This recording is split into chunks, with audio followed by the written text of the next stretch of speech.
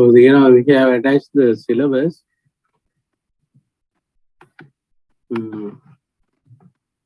Syllabus involves topics on introduction, operation strategy, product design and process selection, manufacturing. It's for manufacturing and services. So, analysis, learning curves, layout planning, line balancing, aggregate production planning, inventory management, production scheduling and sequencing, master production scheduling, single machine scheduling, flow shop scheduling. So these topics I will cover. And the remaining topics will be covered by Jose Alpha and Dr. Chaturani. So we recommend textbooks.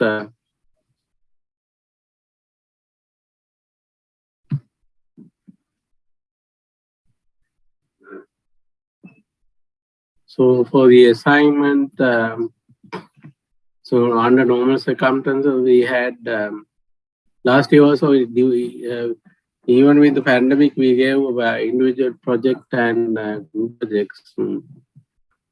So this time around also, with apparently the pandemic is not going to end. Even if it is, in the rest of the world, it's not going to end in our country. So get ready for the continuation of the pandemic. And then, so you will have an individual project and the group project. Individual project will be given by me, and the group project will be given by other two lecturers. The textbooks we recommend are Chase and Aquilano's. Actually, original text was written by Chase and Aquilano, and then for later versions, Agarwal joined. So this is actually the introductory level book, and it's a good one. And high level books are like Adams, Everett Adams, and Ronald J. Ebert.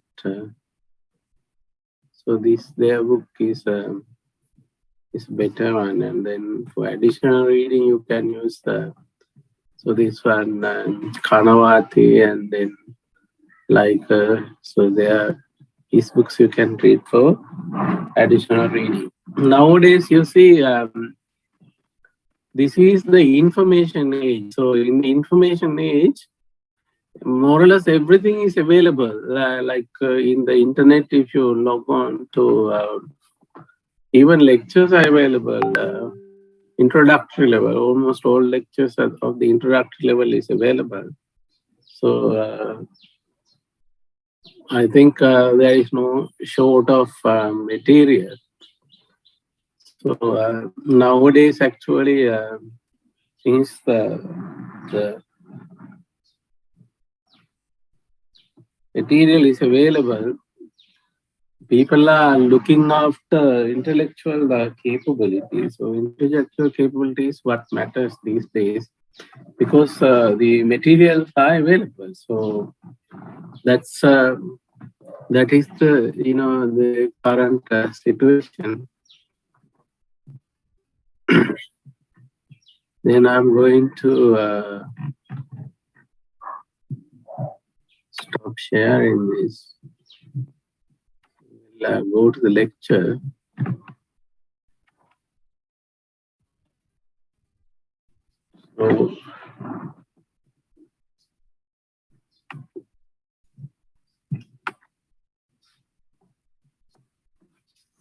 So my name is Pala Vatta. Actually, that's my family name.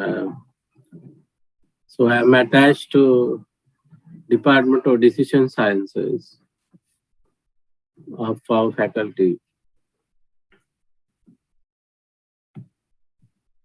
So when it comes to operations management, actually the history of operations management at the Jawadhpur University is my professional career, because I'm the one who introduced operations management to the Faculty of Management Studies and Commerce. I'm also the one who introduced operations research to Faculty of Management Studies and Commerce. Actually, when I'm passing 39th year of my university career, and when I joined the staff in 1982 September, I was assigned to conduct operations lectures on operations research, and I did it for 2 years and then went abroad, and then I came in 1989. So then by the time when I arrived, operation research was people like Professor Abhiranabanda started teaching operations research, and then there was nobody to conduct operations management. On the other hand, I came with a specialization of operations management. So I started introducing operations management to. Then I was attached to Department of Business Administration, and so we did the subject, and then in 2002 we introduced. I introduced a department on information technology and decision sciences. At the same time, I also made a proposal for degree on operations and technology management, and where we separated the department in 2007. IT and decision science, 2 departments are created, and then we started a degree on operations and technology management in 2007. So our department is now running the operations and technology management degree for over 13 years. So now actually our faculty is a foremost faculty, and our department is the first department to introduce the field operations management, operations and technology management to the university system in Sri Lanka. So one could say that we pioneered the field. So and I initiated, and as a department, we can say we pioneered the field in our country. So that's what the history of our operations management at the Jawaharlal University, and it's my career. So I'm going back to subject matter. So we'll discuss what is operations management, and then we'll discuss why we have to study operations management. And then we'll discuss the transformation processes, how to define transformation processes. And then we discuss operations as a service. And then we'll discuss operations, importance of operations management. And then historical development of operations management. And then current issues in operations management. So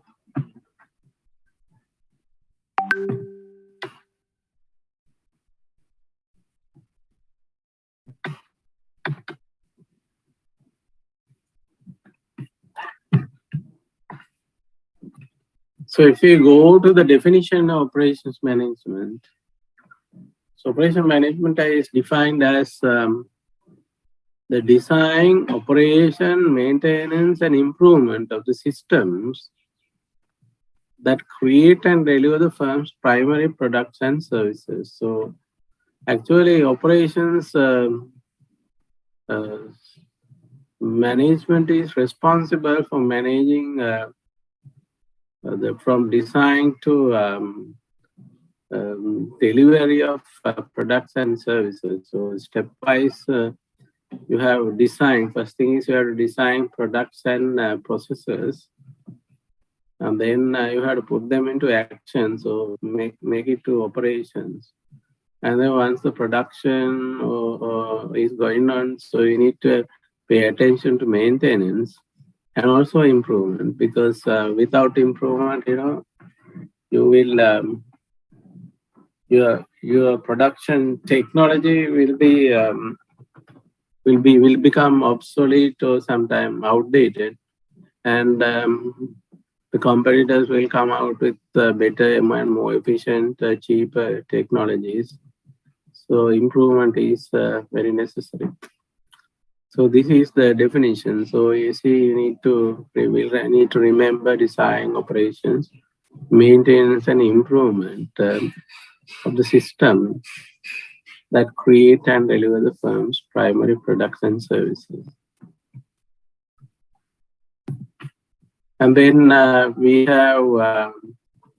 need to understand, where we stand, operations, function, where we stand, and what its role in terms of the positioning of the managerial system in a corporation or company or organization for that matter. So the levels of managerial decisions, we have 3 levels.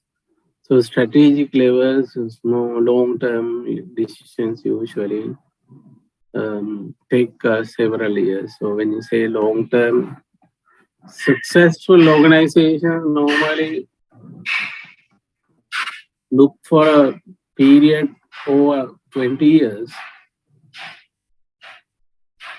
Actually, when it comes to product gaining market acceptance, market recognition, and respect, regard, to establish a product or a service in the market, it takes a lot of time. For an example, in order for a degree to be recognized, accepted in the market, in my experience, it takes around 10 years. So when we develop a curriculum, so a particular curriculum, especially the key structure of the curriculum should be a curriculum that will withstand at least 10 years. Because the frequent changes in the curriculum is not going to be a good thing, because it takes time for the market to. First thing is, it takes about 3 to 4 years for the market to learn that there's a degree like this, and to get to know it. And then after around 7 years, so after, once the graduates go to the market and when they start performing, they market find if they perform, according to expectations of the industry, they will then and there, the recognition begins. Let's say around 7 years after introduction of degree program. So for to get off the ground in the market, it takes 7 years. So that's how it is. So for this is applicable even for products, or even for consumable. I think it takes around at least 2 years for people to get to know it. So although advertising, various kinds of promotional programs, trying to promote the products and services quickly, market acceptance normally happens very slowly. So except for situations where there's a huge demand and there is a shortage in the market, and then people will try no matter what whatever is, even any substitute people will try. So that situation is different from a situation where there is no such shortages as such.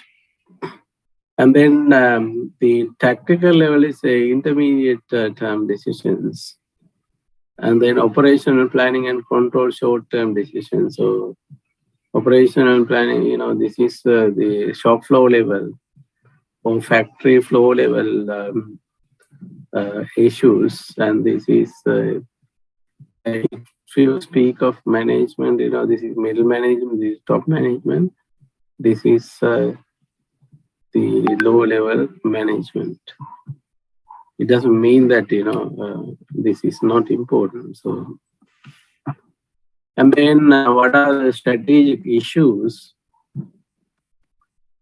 How will we make the product? So first thing is we need to make to decide how the products are, how are we going to make the product, and then we need to decide the facility location. So we need to decide where do we locate the facility. So find answers to these questions. How much capacity we need? When should we add more capacity? So these things are actually very strategic in the sense decision on a particular product. So it is you start a product to produce a product that will last hopefully for minimum 20 years. So facility location, once you locate a facility, relocating a facility is not going to be an easy business. So this is the biggest investment. And then size of the facility. So that's capacity. That's also a very big investment. And then capacity change frequency. When should we add more capacity? So this is also a big decision. We cannot add capacity the overnight. You may have seen, when too many patients are coming to hospitals, hospital capacity was not enough. The only option was to ask them to lie down on the floor. So this is that's why it's not easy. So by the time we produce, the government put up a hospital, the patient is either gone home cured, or maybe dead. See. And then tactical decisions, how efficiently schedule labor and material within the constraints of strategic decisions. For example, how many workers do we need? When do we need them? Do we need overtime? Do we need a second shift? When do we need material? Should we need finished goods inventory? So these are actually the tactical decisions. If you take, for example, how many workers do you need? It takes a lot of time to hire workers. You can't hire workers like, especially nowadays, in our country, I think there's a huge labor shortage because we have so many educated, like people with certificates, qualified, like degree holders also. So there are so many. There are not many people who are willing to go to labor level jobs. So labor, if anyone needs to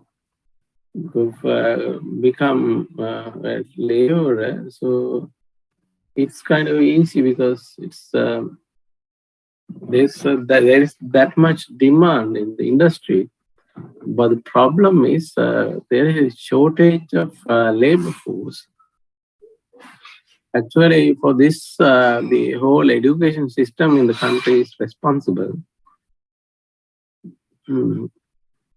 Education system in the country is directed at arming the people with some kind of qualification. Nowadays, there are so many types of degrees. We did a study on the higher education industry few 2-3 years ago. There are around 170 institutions offering curriculums on management. 170, around 170. So that's a lot, you see. If you put on the average 500 students per institution, so that means 170 multiplied by 500, you get 85,000 students engaged in management education. See, that many people are coming to the industry. And once you see, that's on the other hand, there are over 3,000 institutions offering professional qualifications like NVQ. There are well over 3,000 organizations or institutions, for that matter, registered with the Tertiary and Vocational Education Commission. So you see, that is this NVQ qualification is also the targeting the low level management. The universities are targeting, the middle level management at least. So you see, when it comes to managerial levels, there is no problem with regard to qualified, at least people with certificates. And when it comes to then, because of that, we don't get that many people in the labor market. So this is a serious problem.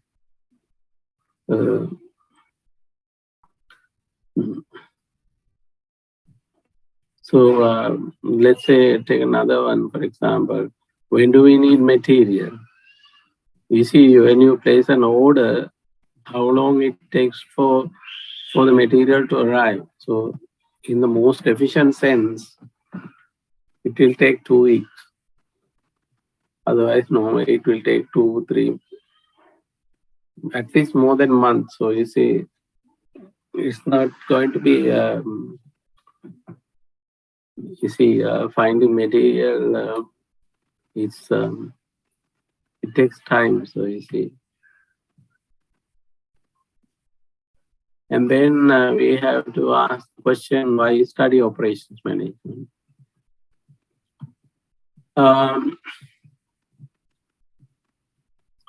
So one thing is, the whole organization structure itself is centered around the production or service delivery processes. So the organization exists to do a particular business. The business is either produce a product or deliver a service.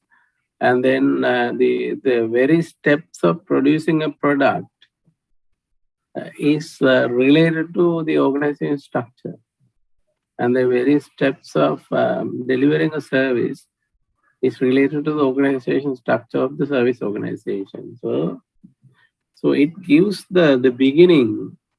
It gives the beginning for a systematic approach to organization processes. Organization processes are linked with production processes or service delivery processes. So this is the beginning of organization processes is the operations of production. And then when it comes to career opportunities, production, if you look at the production organization, let's say a garment factory, I'm sure more than 70% of employees are in the production division, and the balance 30% will be in the other divisions. Actually, it is the production division that earns the money, like earns the money for the organization.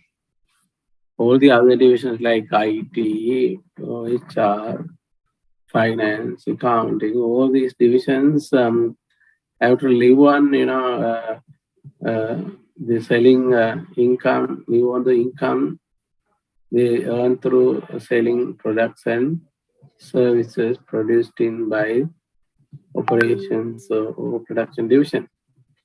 So career opportunities wise, also operations field is probably the most important thing. Cross-functional applications. That is the another one. Like operations cannot exist. Actually, any managerial function cannot exist all by itself. For example, IT is not needed if the IT production of IT service or delivery of IT service is the core business. Otherwise, IT for the IT cost, the products and income earned through selling products and services is the key. So even for marketing, to market the product, you need to produce a product first. So marketing is important. So, but then marketing cannot exist without operations. HR is also same. Like you need to recruit and train employees to produce products and services. So if there is no products and services, you don't need the HR division as such. So you see,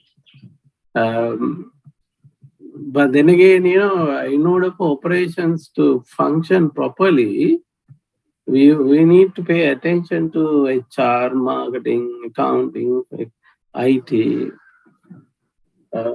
finance, all kinds of fields, So we actually, if you are in any of these other functions, you need to learn to appreciate, the importance of operations function and it's the due recognition. That is one side. But on the other hand, those people who are in operations, they also learn to figure out, the importance of other functions like marketing, HR, finance, IT, accounting, and so on. So these cross-functional applications, very important. On the other hand, most important thing is recognition of the boundary between two functions, between functions actually. So the next thing is business education. Business education is incomplete without operations management because it comes as one of the major functional areas. So functional areas like operations, marketing, HR, and finance. So this is one of the four major operations, major functions in management. So like accounting, IT, these are supporting functions. But this marketing, HR, finance, and operations are major functional areas of management. So if you have a curriculum without operations management in management, your curriculum is incomplete. So business education is incomplete without operations. And next, we are going to discuss what is the transformation process. Transformation process is defined as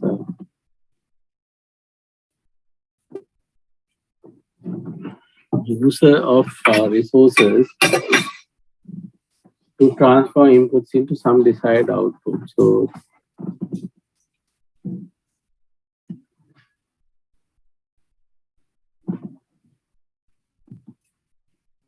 some examples. In manufacturing, transformation process is physical. Let's say materials supplies are converted into a product. Let's say motor car, normally materials and supplies are converted into a motor car. So then the motor car is a physical changing, the material and supplies are physically changed to a motor car. So you see, in manufacturing, the transformation is physical. You see a physical product in the end. And then transformation is locational. For example, if you transport a shipment from Colombo to Kandy, so the shipment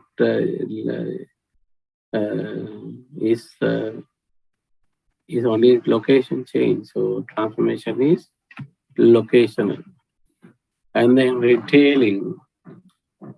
Let's say once before you buy a particular item, let's say you buy it from a shop, and then after you bought it, it's in your hands.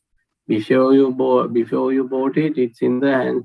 It's in the custody of the shop. So what has happened was the ownership was exchanged. Ownership of the item was exchanged. So in retailing, exchanging happens. What do you exchange? It is the ownership. In warehousing, the transformation is storage. So you store something and then you use it after some time. So is what happens is through warehouse you are able to store it so that you can use it in the later time. And then the transformation is storage. So, and then healthcare, the transformation is physiological. Let's say as an ill person admitted to the hospital, and then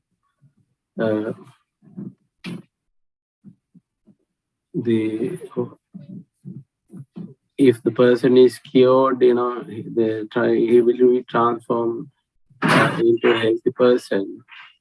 Otherwise, sad thing will happen. And it is either way, it is psychological. So healthcare, it is psychological. In telecommunication transformation is informational. So we exchange information. So transformation is information. So you see, if you get another new example, for example, if you go to watch a movie in the cinema, what will be the transformation? Let's say you go to watch a movie in the cinema, what will be the transformation? Can anybody answer the question?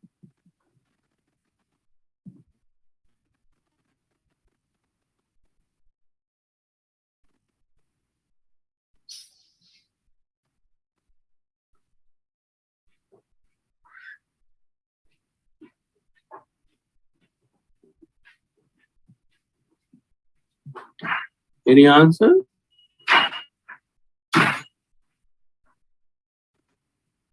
Informational telecommunication. Yeah, I'm asking, let's say you go to a movie, you go to cinema to watch a movie. So what is the transformation that will happen after, in the cinema?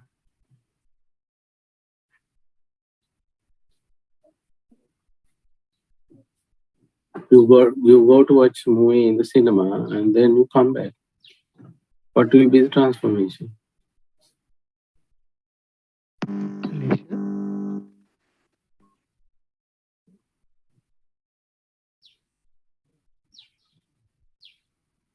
Any answer?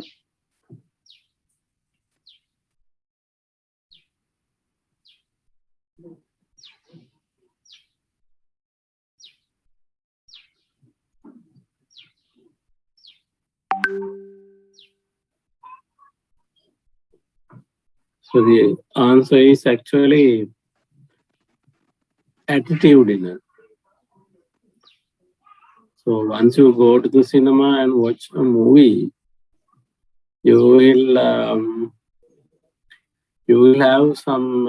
You will describe, whether movie is good or useful, or you enjoyed it, or like you did not nothing. There was nothing in it, and you did not enjoy.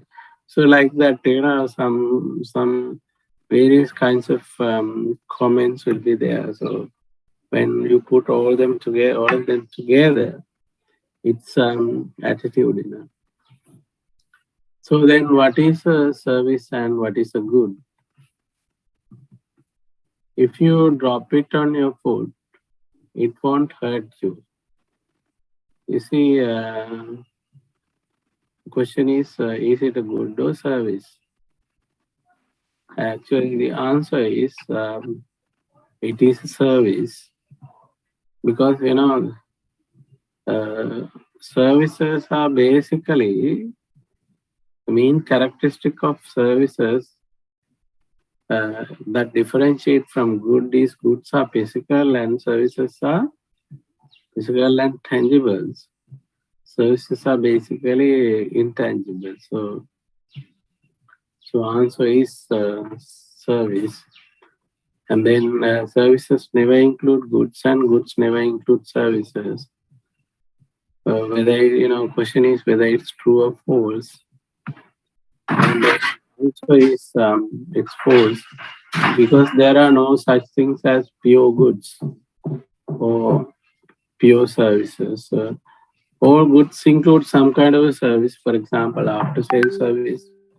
Yeah, on the other hand, all services have some kind of a goods part, a tangible part also. Therefore, in reality, we don't find 100% goods or 100% services as such. Operations management in the organization chart. So you have, let's say, to be fair, you have to put finance, operations, marketing, HR at the same level.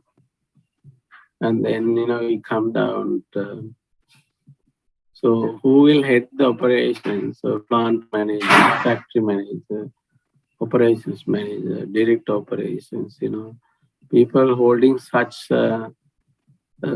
positions will lead the operations division. And then sub-functions on the operations will be manufacturing, production control, quality assurance, engineering, purchasing, maintenance, etc. So nowadays we have operations, fund operations. You have two main divisions: production division and supply chain division.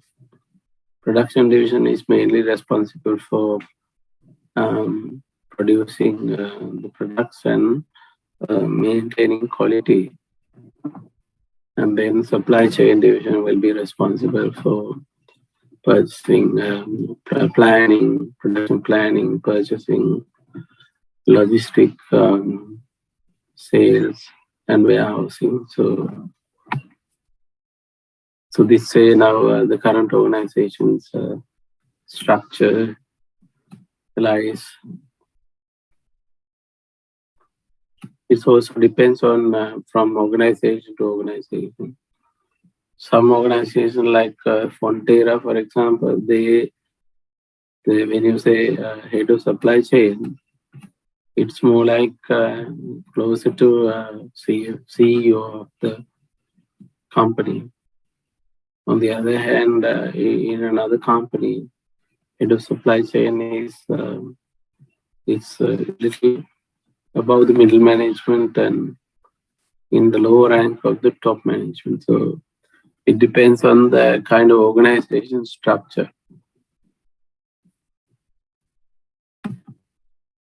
And then core services. Core services are basic things that customers want from products they purchase. So actually, all products and services have the common purpose. It is to produce or supply or deliver the basic things. Basic things are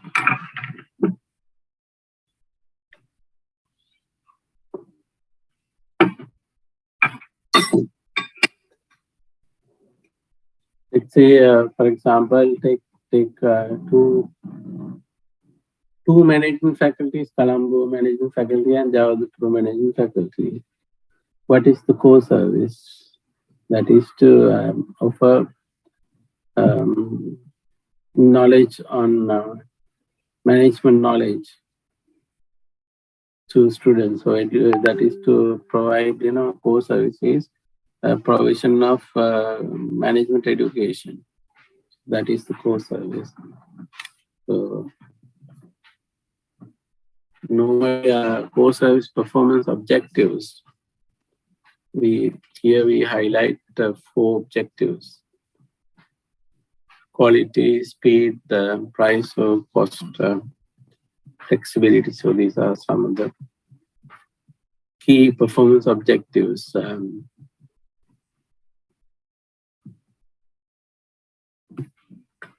You see, in notion of trade-offs, operations cannot excel in all dimensions simultaneously. Focusing on all dimensions not easy. For example, let's say if you improve quality,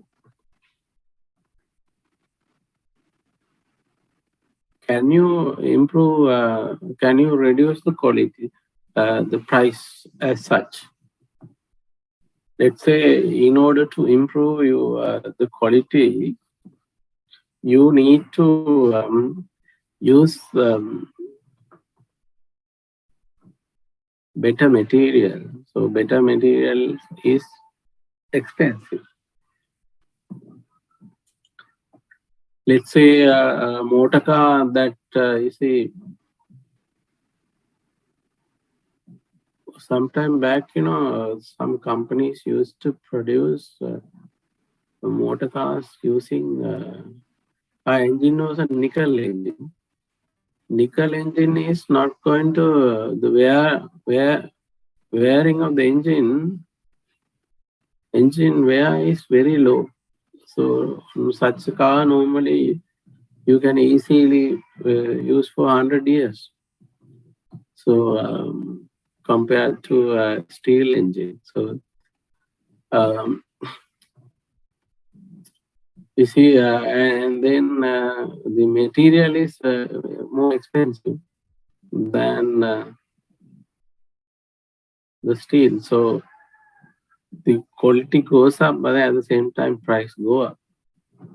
So you see, how can we you see? On the other hand, flexibility and speed.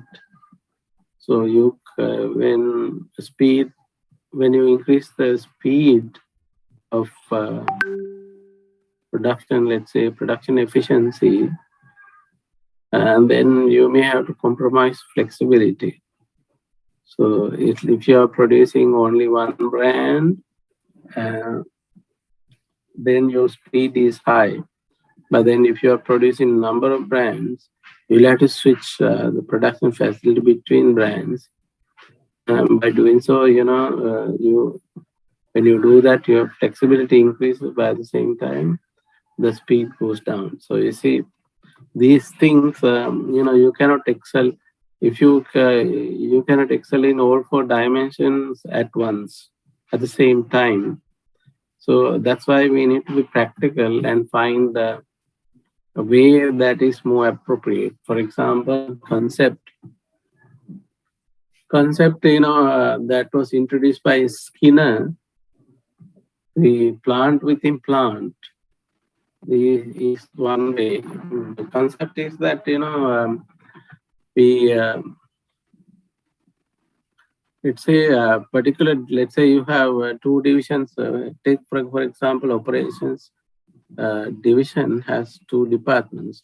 One department is production department, and the other department is supply chain department. So, and then for the production department, what is the most important thing?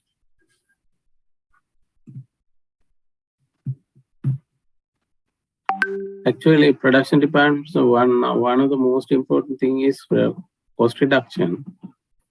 So let's say they keep the one top priority as cost reduction, and then the second priority as the quality.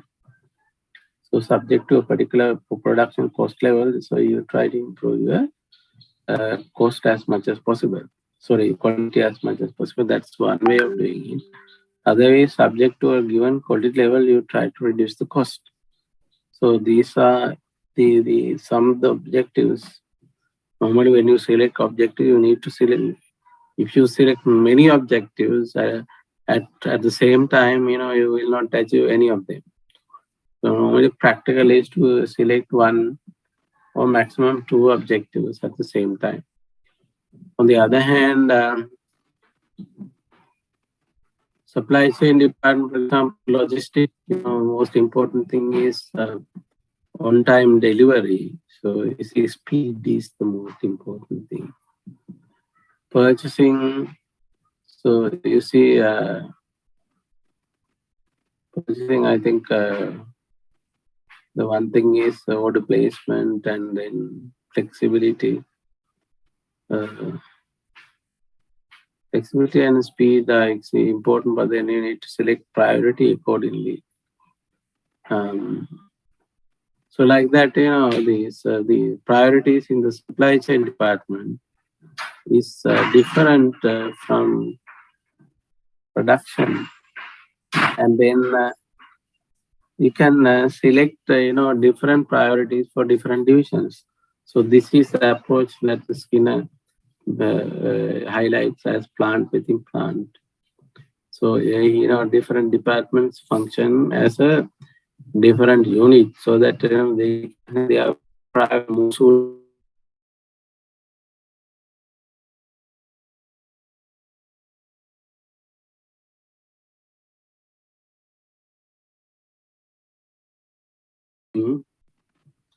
adding new features for what you already have.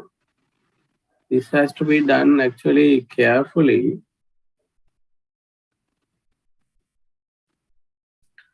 Let's say you may be excelling in a particular thing. Let's say you are excelling in cost. Okay, so you are a cost leader. At the same time, your competitor is a quality leader.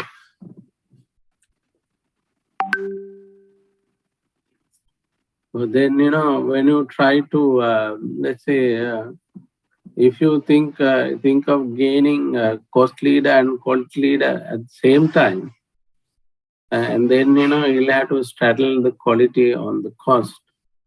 So what will happen is obviously your cost will go up. The moment the customer sees that your cost is going up, they will go to the quality leader, because they are sure the company that is having higher quality product, although it's a bit expensive, it's better. So the moment you increase your price, because your cost anyway go up while trying to improve quality. So then the customers will defect to the competitors. You see, that's why you need to be very careful.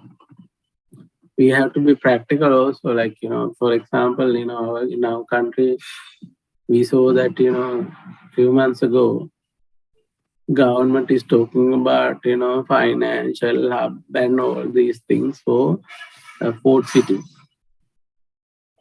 And now nobody talks about the port city. So one thing already has happened is port city was sold. And then people are now talking about, the land in about 2 kilometers of land extent in the near Vijayadharma. Then the Colombo Fort import valuable land, so people are talking about. But then the dreamy hub, nobody is talking about it because, actually, Dubai, so these people may have gone like politicos may have gone to see the miracle that Dubai is having with nothing, no resources. Dubai is one of the richest cities in the world. So one thing, one of the major secret of Dubai success is honest and patriotic leadership.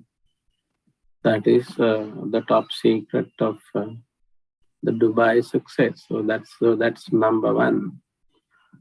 Number two is that it actually it was not, Dubai was not built in a day.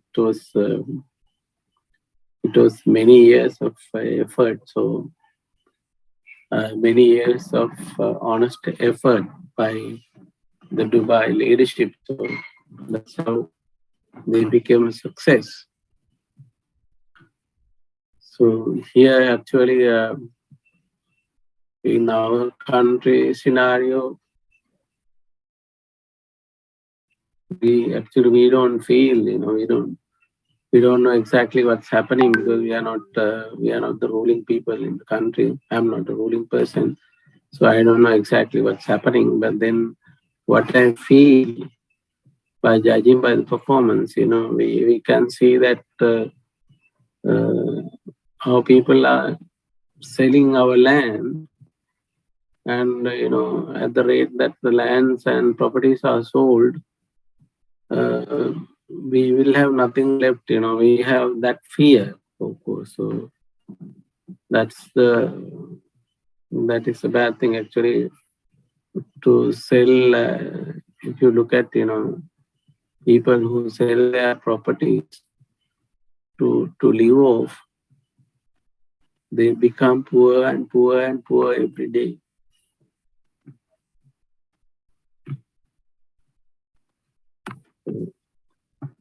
And then, once the core services, next level services, value-added services. Value-added services differentiate the organization from competitors and build relationships that bind customers to the firm in a positive way. So value-added services or components are used to differentiate organization from competition. So let's say if you want, how do we differentiate Colombo University from us? Colombo University, actually one thing is this, the Colombo University was, Colombo Management Education was fathered by Javanpur University Management.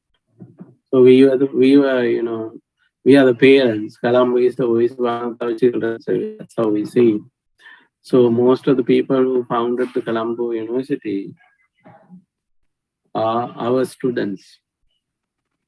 So actually we can say that we fathered the Colombo University management, calendar, all kinds of management faculties in the university system in Sri Lanka, the products of our faculty, our Jabalpur faculty, because we are the first and foremost, oldest, first and the foremost faculty in the university system in Sri Lanka.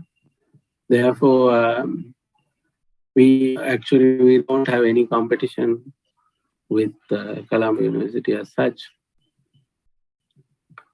But then again, let's say if you are to differentiate, so we can see we differentiate. How do we differentiate? So you see, so we have the habit of pioneering. Let's say we are the first to introduce the marketing management degree in the university system. First to introduce business administration, public administration, commerce degrees in the university system, and then marketing management, accounting, finance, HR, operations. We are the first. Okay, so we differentiate ourselves. Okay, we honestly we are the first. So I'm not going to say we are the best, but we are the first. Okay. And then how do we value-added service categories? Like you can differentiate yourself from competition by incorporating the problem-solving aspect. One organization can differentiate the other organization from the problem-solving perspective, or sales support perspective, field support perspective, or information, providing information. You provide information, more information than the competition. And you solve problems better than the competition, although you both are in the same business. You can differentiate yourself through sales support, also field support.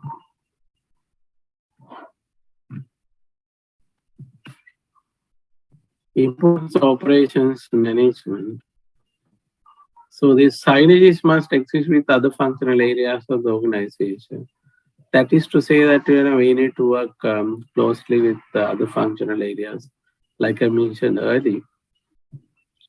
Operation account for 60 to 80% of the direct expenses that burden firm's profit. So it is because the around 70 to 80% of employees are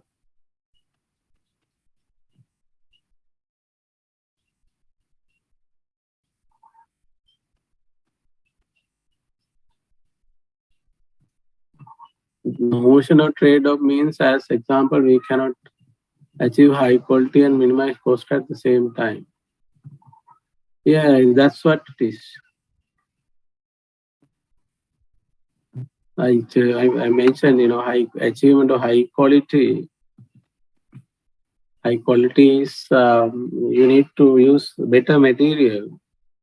In practice, better material is expensive. Like for example, in place of copper, you can use silver. Silver is more expensive. And at the same time, let's say in place of silver, you can use gold. Gold is more expensive than silver. So you see, so like that,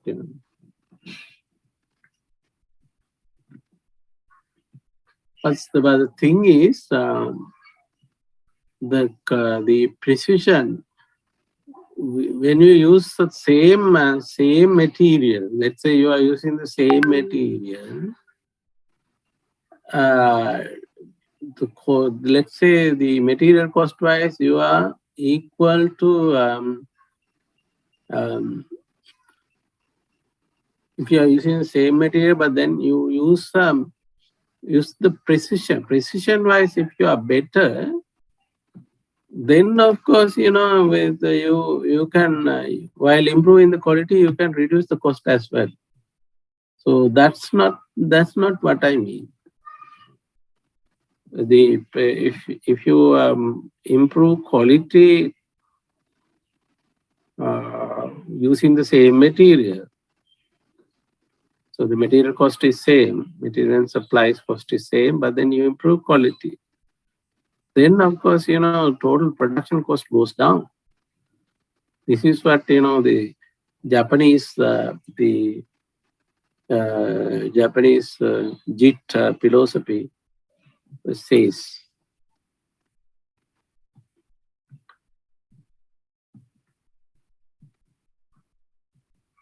So I'm coming back to this one. The operations account for 60 to 80% of the direct expenses that burns a firm's profit. So it's because, the operations account for, you have to pay for material and then labor, electricity, so much, when you put all these kinds of costs together, uh, it comes to around 70-80% of the expenses also.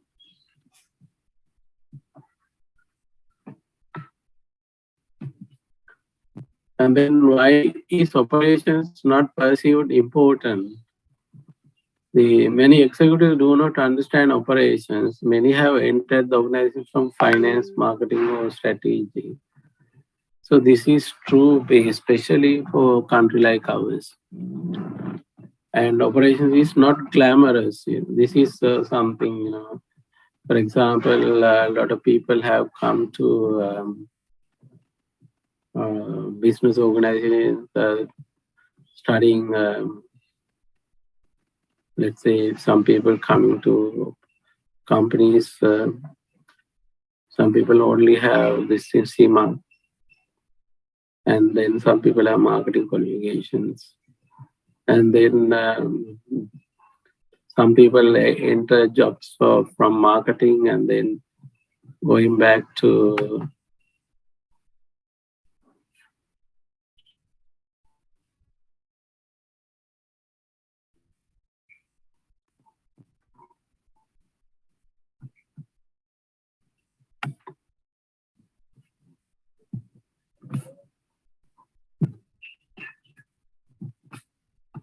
signage. Okay, this is signage is,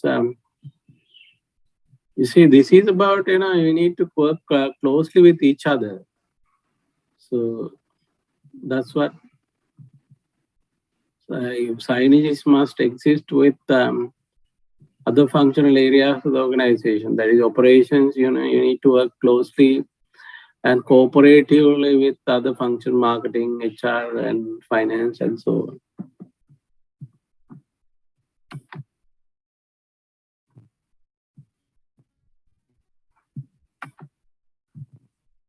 Of course, the thing is, the moment, you try to, if a particular, the moment you try to separate yourself, let's say you are in operation and you try to separate yourself from other functions, like let's say marketing, what happens? They will, what are the responsibilities of marketing? They are supposed to communicate your product, the products that your operations produce to the market. They must say that, the product is good and, what this is useful and such things. And on the other hand, you have to design your products according to the market requirements or requirements. So it is marketing that interact basically with customers through sales and communication. And if you don't have a good understanding, especially a good relationship with marketing, for example, that is enough for the company to die out. You see, that's why, we need to work closely and friendly and understanding with a proper understanding. Very good relationship is necessary with other functions. Some people, people of course have the habit that, I am better than, I am the best, I am the better, that attitude is not good. That attitude is bad.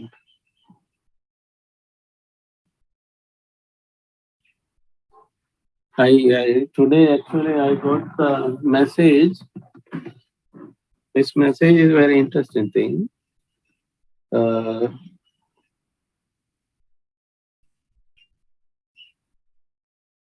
this message says,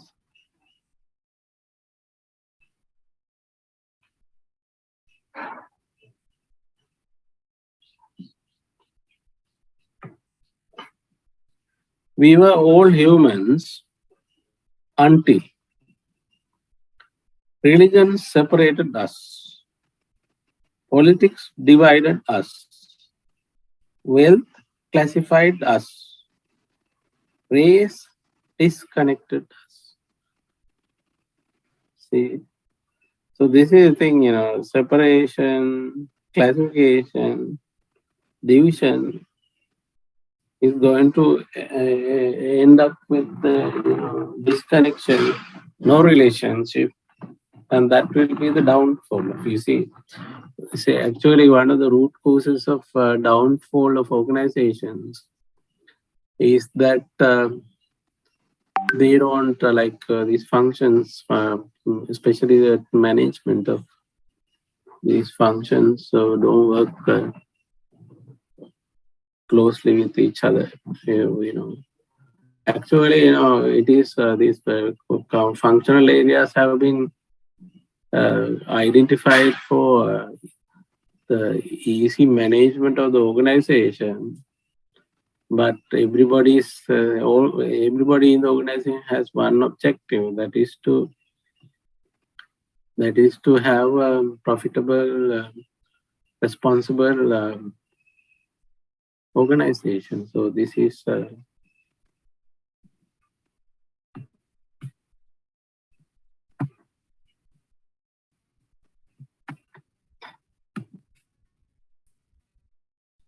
so one of the, you see, normally, people have the tendency to appreciate and give prominence to the area that the expertise and that they had, original expertise that they had. So this is when many executives have come from finance, marketing, strategy, HR, or so on, then one thing is they may not have proper understanding of the importance of operations.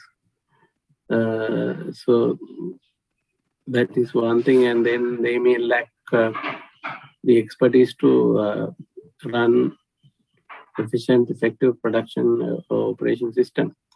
So this is so normally when people have the tendency to appreciate what they have more than what they don't have, so that they can give importance. You rarely see a person who do not appreciate their own qualifications and the expertise. Normally, people appreciate their own qualification and expertise more than what others have. So that's the normal thing. And then the other is operation is not glamorous. Redesigning procurement, product development, not easily understood compared to deals in finance such as takeovers, mergers, and acquisitions. Because actually, these things like finance things, marketing, things like takeovers, mergers, acquisitions, like these are big news in the newspapers and the media, the television, like media altogether. So this is one of the reasons, right? Why things what's happening within organizations is not always big news. And then we are going to discuss historical development of operations management. Actually, before we go to this is JIT, total quality control. These concepts started in 1980s, and Before that, if you go to the older history, the operations or production, these functions, the history was especially Charles Babbage. Charles Babbage came out with the philosophy that division of labor is going to division of labor is division of labor and specialization of labor is going to increase production efficiency. He did the study in the textile mills in the UK. That's in the, I think, 17th century, somewhere in the 17th century or 18th century. I don't remember the exact time. So then the Frederick Taylor came out with the scientific management principles in the late part of the 19th century in automobile factories. And then, we got in the early 20th century, we got Hawthorne experiments, and then the concept of those until early 20th century, the field was manufacturing industry.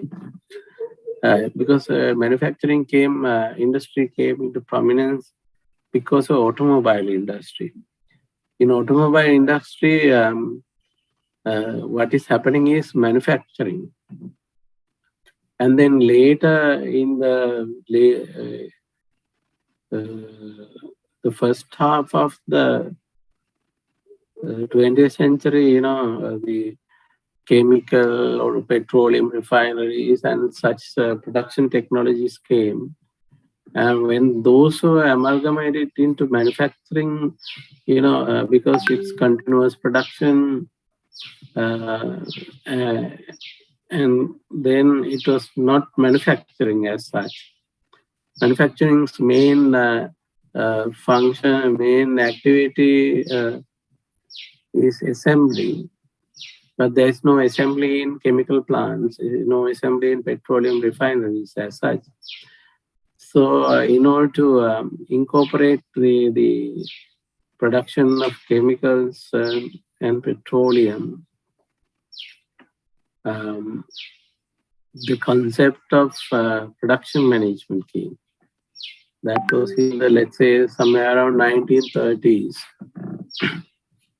So from 1930s to until 1970, we had the concept of production management.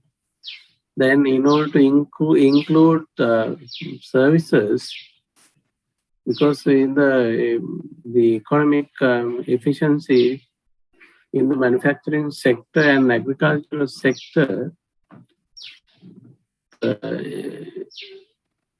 that usage of machineries and then industrial farming and then the efficient manufacturing systems, that was the work produced the products with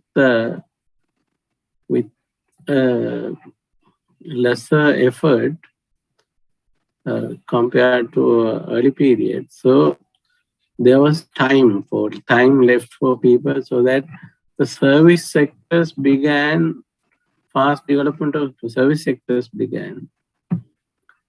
And then you see, there was a need to include services in the operations and in the production. So once you include services, is a delivery. Delivery is an operation. So we cannot include. We cannot use the term production anymore. So that's why the term operations was introduced somewhere in the 1970s. And then in the 1980s, for example, Japanese production philosophies, introduced by Toyota in the 1960s was these things got prominence in the 80s. So just-in-time production and total quality control, these concepts came in the 80s. And then the manufacturing strategy paradigm, this particular concept came in the 90s. And then service quality and productivity, these concepts also came in the 1990s. And then total quality management and quality certification, these concepts also came in the 90s. So these are actually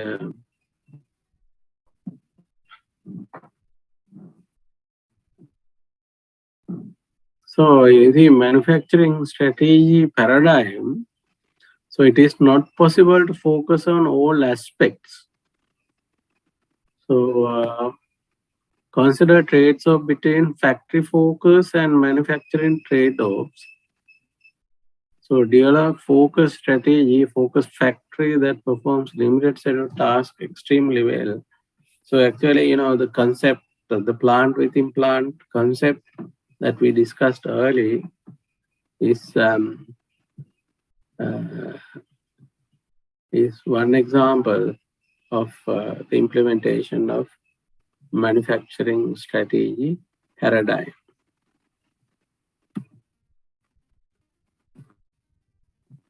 And then we have the concept business process reengineering, supply chain management, electronic commerce, is world-class manufacturing. So these concepts came. So world-class manufacturing, top priority is given to identification of right type of performance measures. So actually this concept was introduced by Wheelwright in the 1980s and it died out. Like nobody paid attention to this concept in the 1980s. So it went out of, prominent, it's kind of, it was there, but then nobody paid attention to this concept. But lately, like, after 2010 or so, like more recently, people start paying attention to this world-class manufacturing concept because the thing is, the companies nowadays, even large companies in the world don't have much of a market share as such. So even biggest companies will have market share maybe 10%. So even in,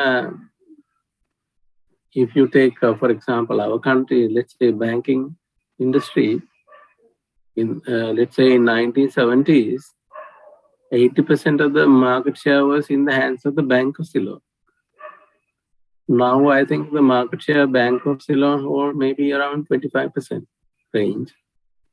All other banks have captured a significant market share from Bank of Ceylon, the banking industry, HMB, Commercial Bank, Sampat Bank, People's Bank. They also have captured a certain amount of market share. So Bank of Ceylon market share has gone down. Doesn't mean that Bank of Ceylon has become poor, but still the largest and the richest bank in Sri Lanka, I think, Bank of Ceylon. But then it has grown bigger. But the all others, are also in the market. So now we see the issue is, when in such scenario, how to excel in the market. So then, there you need to select, a competitive performance measure so that, you first thing is you excel in that particular aspects, and then you have particular market segments for you. So this is the concept. So In this kind of a scenario, everybody, more or less everybody survive in the industry.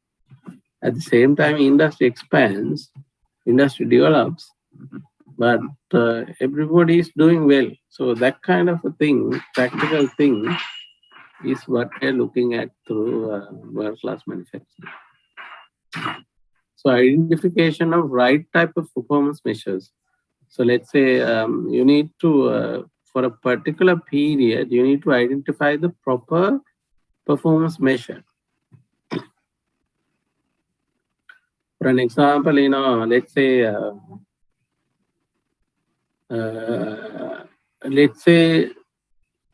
the organic farming selection decision, that decision is a good decision by the government, but timing is not good. Now, the country is going through a severe pandemic. And you see, we need the harvest so that, you can see that, if you watch series of news yesterday or day before yesterday, you must have seen that the green gram farmers have a problem that, the insects are like the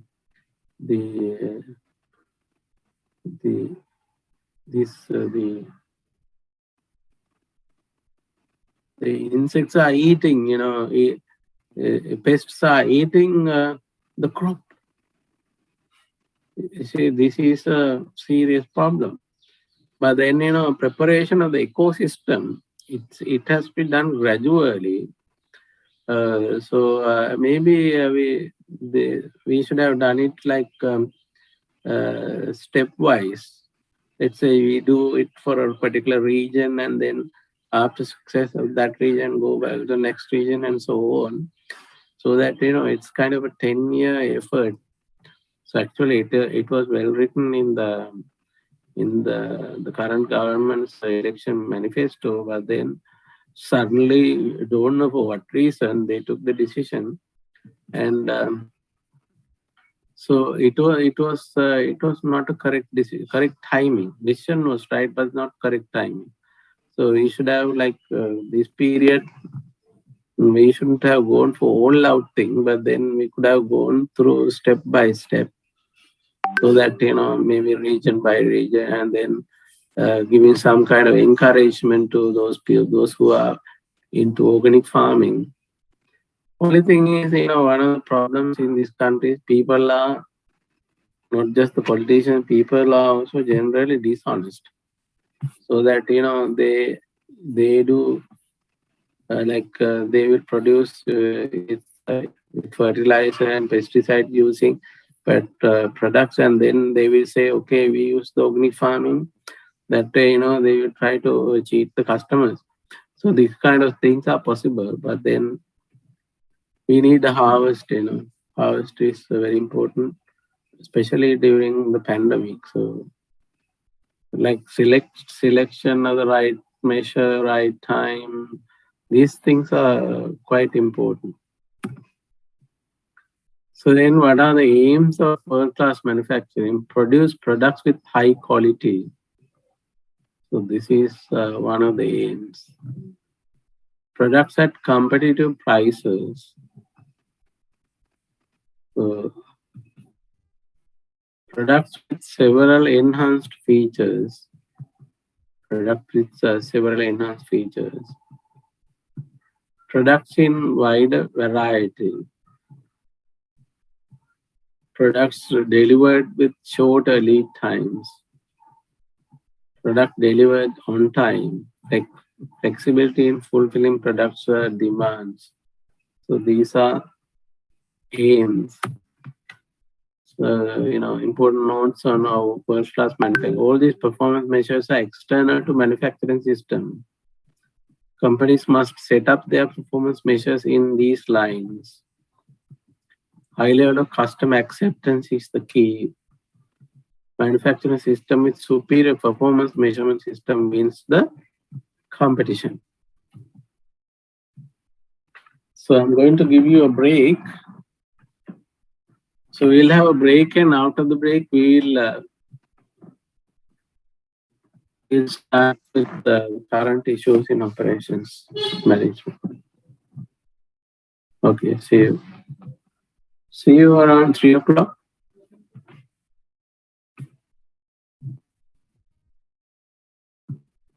Come back at 3 o'clock. Okay, sir. Okay.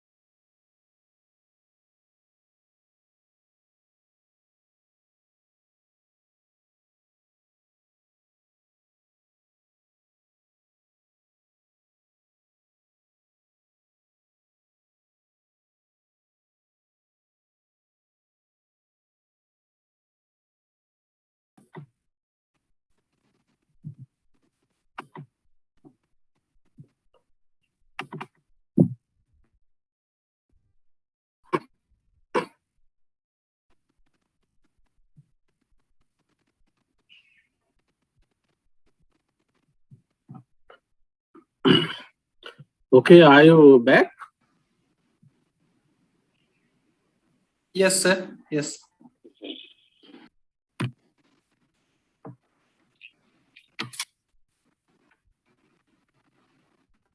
Lovely.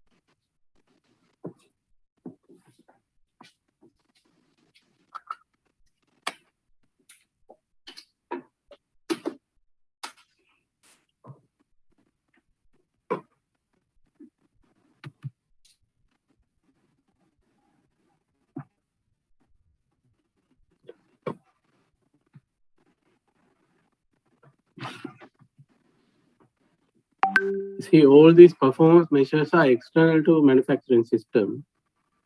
For example, market mechanism and all such things are external to manufacturing systems. Companies must set up their performance measures in line in these lines. And then high level of customer acceptance is the key. Manufacturing system with superior performance measurement system wins the competition. The current issues in operations management. Coordinate the relationship between mutually supportive but separate organizations. Nowadays, you see, there are efficient distribution channels for supply chain channels for that matter. So the organizations also have branches all over the world, multinational companies, and so then the coordination between one thing is within organization, like coordinating work activities of branches is one thing, and then on the other hand, the different organization units from supplier to manufacturer to customer, distributor, let's say supplier, manufacturer, distributor, let's say 3 categories of organizations. So, so all of them, we need to work closely, supportively, and that's one challenge. Optimization using global supplier, production, and distribution networks. That's another challenge issue. The current challenges. Increase the co-production of goods and services. Now you see, lately we have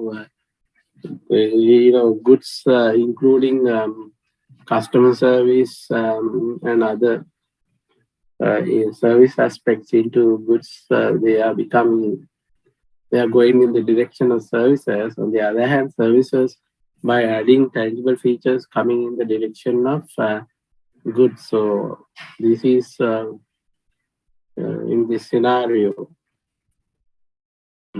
goods going in the direction of services we call servitization. Services going in the direction of goods we call productization. So ultimately, there won't be, there will be, you will not be able to separate between goods and services, because goods are services, services are goods, such scenario will be coming. So, and then other issue is managing the customer experience during the service encounter. Encounter time is, where the service delivery period within which customer and the service provider are present. So managing, making the service encounter a happy one is another challenge. And then raising senior management awareness, operations as a significant competitive weapon. This is also a very important issue. So this ends your introduction section. If you have any questions to ask, you can ask.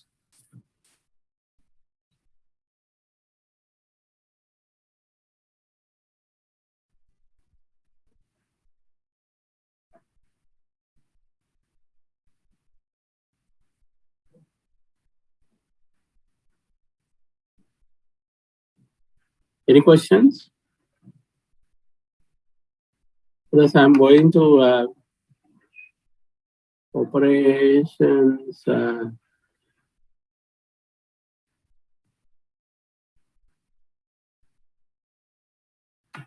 Strategy.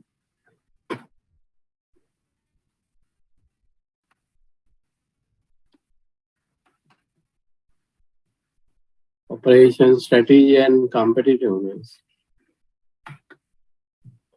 I thought the introduction was enough, so that's why I did not upload this strategy part, this lecture. So we will, I will upload it after the class. Okay. So then I'm going to discuss operation strategy and competitiveness. Objectives are operation strategy. We need to understand what is operation strategy. And then competitive dimensions, order, qualifier, and winner. Strategy design process, a framework for manufacturing strategy. Service strategy, capacity capabilities, productivity measures. So the operation strategy defined concerned with setting broad policies and plans for using the resources of firm to best support its long-term competitive strategy. And then operation strategy involves decisions that relate to the design of a process and the infrastructure needed to support the process. And the infrastructure decisions, you have planning, control systems, quality assurance, work payment, and organizations of the operations function.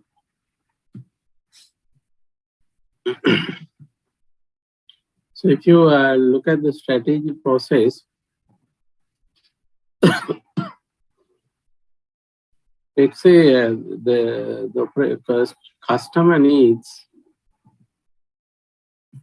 if the customer needs is for more products, okay, corporate strategies increase organization size. Operation strategies increase production capacity.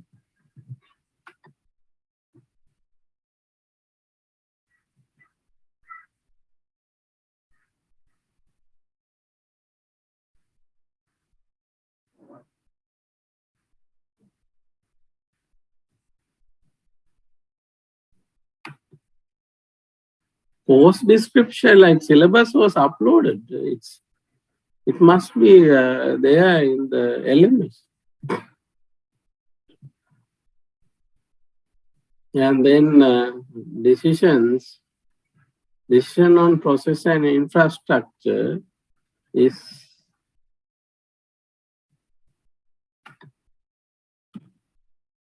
build a new factory. So you see, if the customer needs is for more products, operate strategy is for increase organization size. Operation strategies increase production capacity. Decisions on process and infrastructure, that's action. Okay, action is build a new factory. So you see, this is how this is how you need to understand the operational strategy in practice. So then competitive dimensions, so the cost to price, make the product or deliver the service cheap. So it's very important. Actually, when it comes to the evolution of the industries in the world, the economies, you see,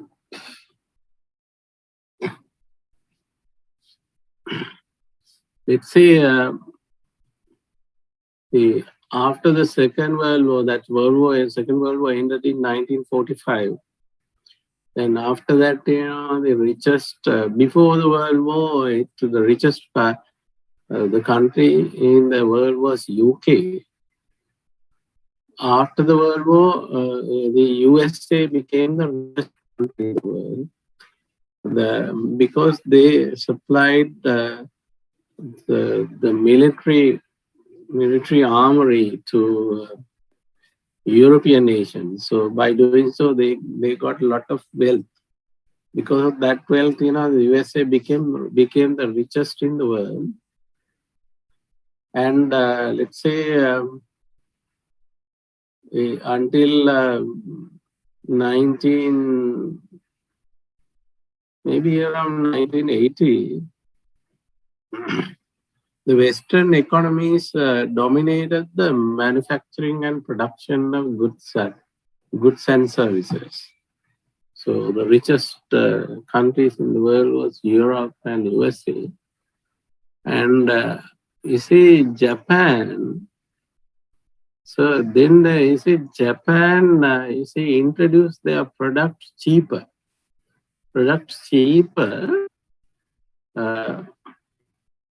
Earlier, Japanese wanted to introduce products that are cheaper. By doing so, they were able to earn significant market share in the world for their products. And now, when the country gradually become richer, they improved quality subject to a slight increase in price, because slight increase in price was automatically happened because Japanese currency value went up. So this is, this Japan was the first Asian country to develop. So their initial strategy was the low price. And then I think it was Korea.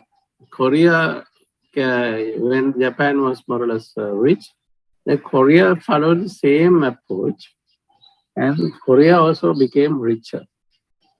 And now China and India, I think China, India, even Bangladesh is using the same approach, cheaper price, cheaper products, maybe low quality but cheaper.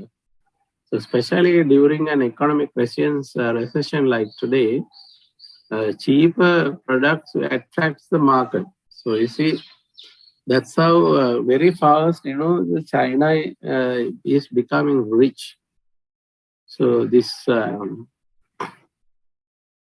then the cost is a cheaper price is very, actually it is one of the winning formulas in the world market. So then quality, you see, make a great product or deliver a great service. So this is quality is, you see, we can, it's a quality, is a comparing, quality is a comparing aspect. So if you don't have anything to compare, and then you will compare with the product design. Product design.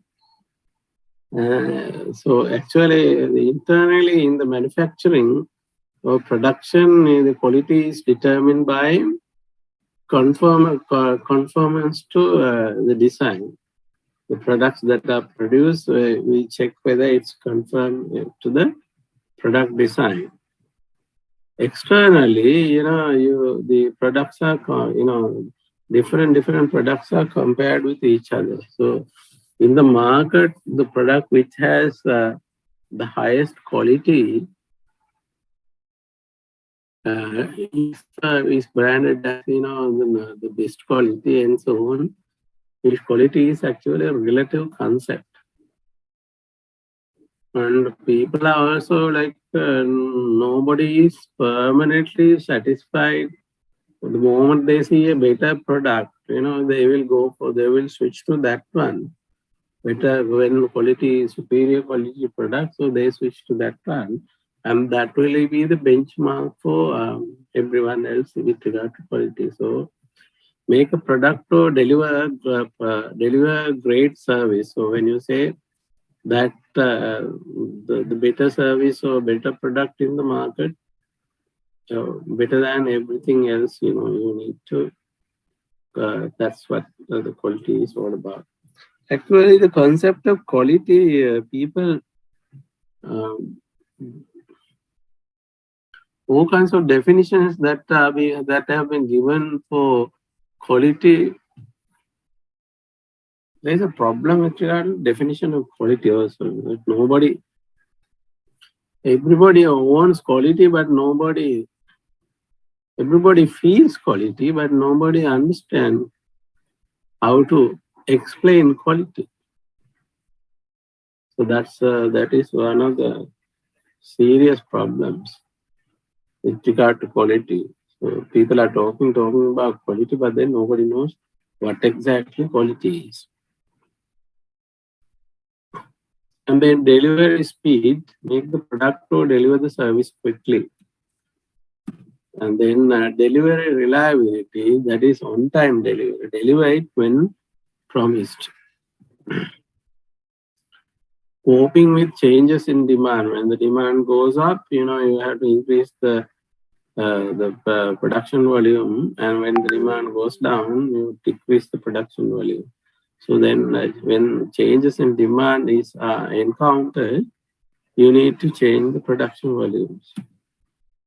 Flexibility and new production speed. So you need to change it according to the industry or market requirements. Other product specific criteria, support it, It's how to support, for different support the supplier, technical supply needs technical support. You support the supply with technical aspects, so technically. And then you need to coordinate simultaneous work. And then customer, you can support after sales support is important, field support is important. And the other dimension, degree of customization, variety of colors, weights, and sizes, etc.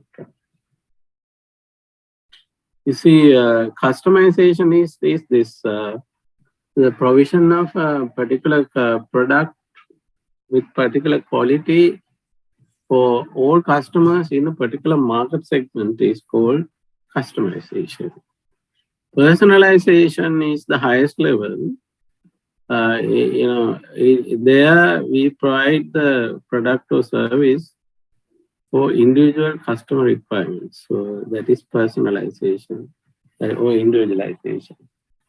So then degree of customization, variety of colors, weight, sizes, etc. These are the ways to support. So dealing with trade-offs, cost, quality, flexibility, delivery. If we reduce cost by reducing product quality inspections, we might reduce the product quality. You see, cost reduction is possible through not inspecting. So inspection cost, you don't need the quality inspectors, so that you can reduce the cost. But then there is a chance that you will pass some defective items to the market. So ultimately, in the market you have low quality products, so there you will reduce the product quality in the market. If we improve customer service problem solving by cross-training personnel to look wider range of problems, they may become less efficient at dealing with commonly occurring problems. So these multi-skill workers are not efficient actually. Actually, this is why, in the military, there are soldiers and officers. So soldiers actually, once an order is given, they are going to go to the front and execute the order. But the officers, they have to analyze and think, and so although officer knows more or less everything, but soldiers are more efficient. Actually, that's why in the warfare, especially infantry situation, you see the best people are sergeants. The soldiers once they train and experience, they become sergeants. So the sergeants are actually the best in the battlefront because they are very efficient in carrying out the operations. So because they are very very well trained in few things, but officers are trained in many things, even decision making, but they may not be efficient with things. So then multi-skill worker scenario, multi-skill workers are not efficient at carrying out a particular activity. So they are less efficient, but then multi-skill workers are effective in, for example, maintaining flexibility. That is, let's say you are producing different kinds of products, and multi-skill workers are more useful. So this is the scenario. So then dealing with trade-offs, we discussed that earlier also in the introduction. Plant within plant, Skinner introduced this concept in which different locations within the plant are allocated to different product lines. Thereby, or they operate as separate plant factory with their own strategy and focus that is limited and practical. Straddling is matching benefits of a successful position while maintaining existing positions. Add new features, services, technology onto what we excel already. Straddling is something like copying, copying competitors' successful aspects of their production and production process. So this has to be, like I said earlier, so we have to be careful. You need to be practical and understand, when you copy other people's things. Then, what will happen is you are likely to fade off from the total business because you may not be doing anything better. So, order qualifiers and winners. Order qualifiers are the basic criteria that permit the firm's products to be considered as candidate for purchase by customers. You see, order winners are the criteria that differentiate the products and services of one firm from another. A service breakthrough. A brand name car can be an order qualifier. Let's say if you are thinking of buying a car, Nowadays, of course, you're buying a car is a dream come true because your cars are not imported. So,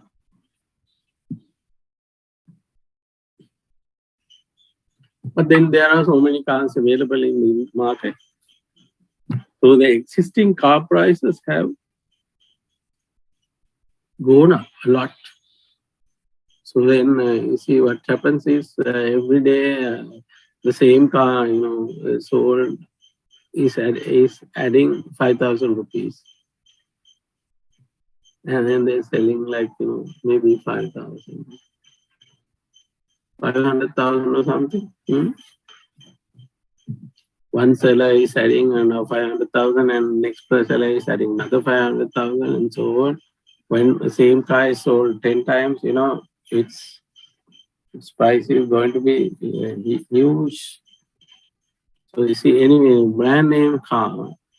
So the moment you think of buying a car, brand name comes to your mind. So that means, the car, all the brand names that you consider are order qualifiers. The one that you buy is the order winner. So the buying criteria, repair services can be an order winner. Example, warranty, roadside assistance, leases, etc. Order winner. So that's why some of these car sellers are linked with leasing companies, insurance companies, and road assistance companies, and so warranty is also actually order winner because people are looking at if it goes breakdown or something, and then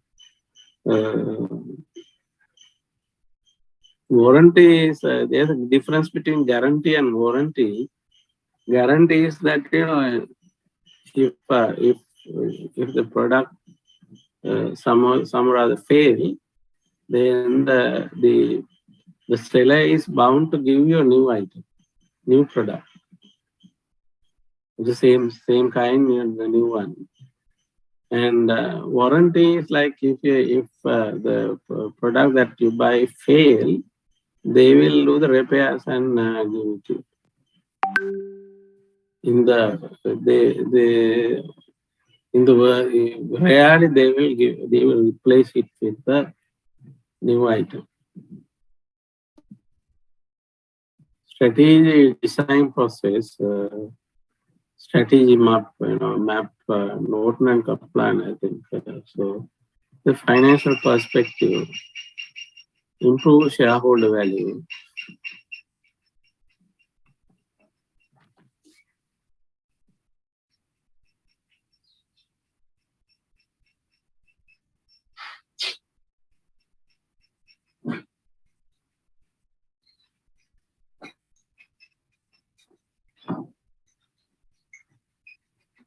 And then customer perspective, customer value proposition. We need to improve customer value proposition. Internal perspective, build, increase, and achieve. Learning and growth perspective, a motivated and better prepared workforce.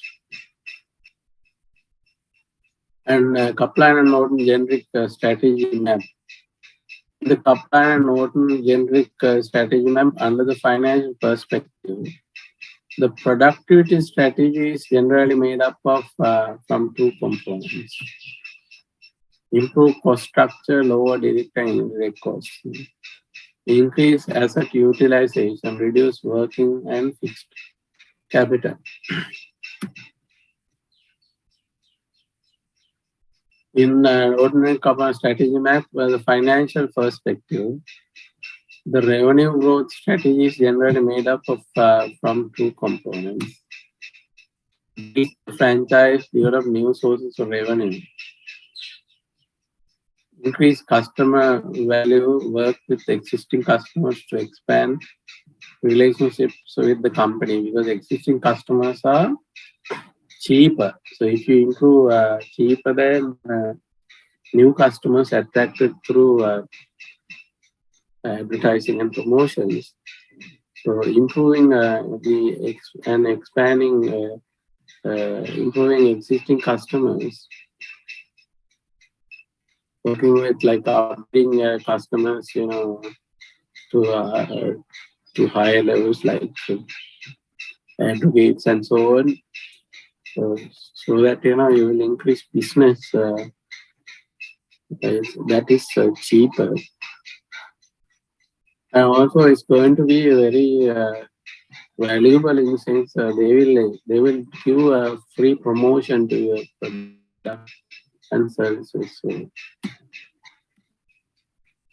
uh, under the customer perspective, there are three ways suggested as means of differentiating a company from others in the market.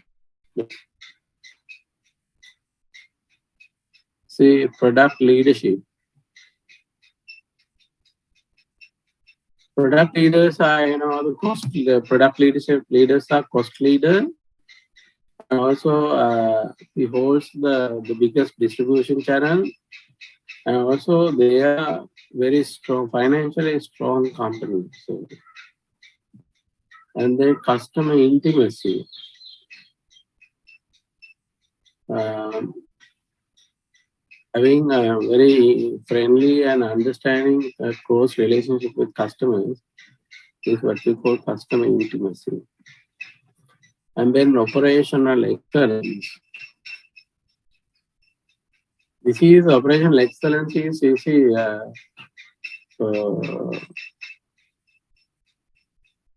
this is actually defined as producing and or delivering a superior service or superior product is what we call operational excellence.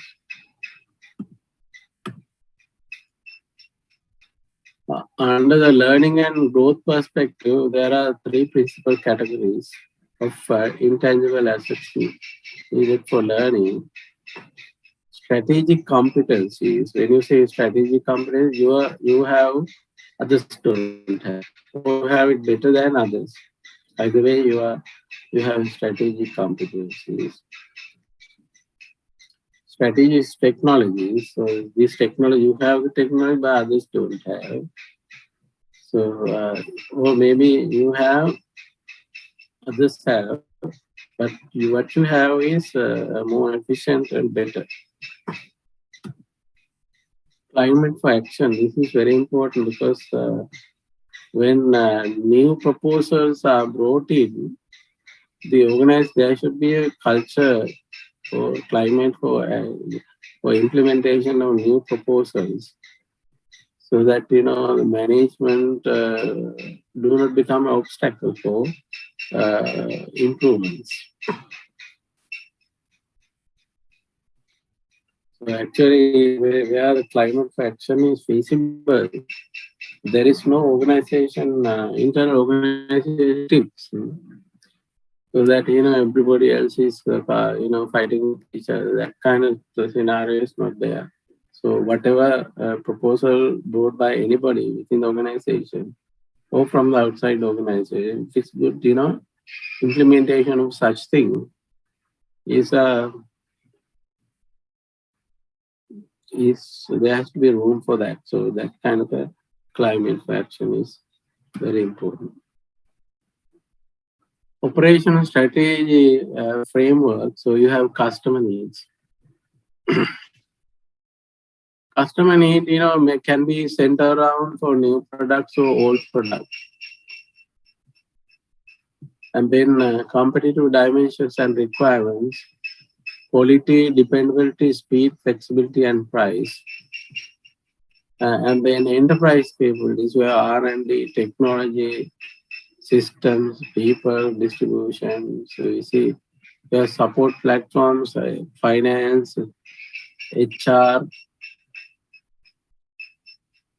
information management, these support platforms.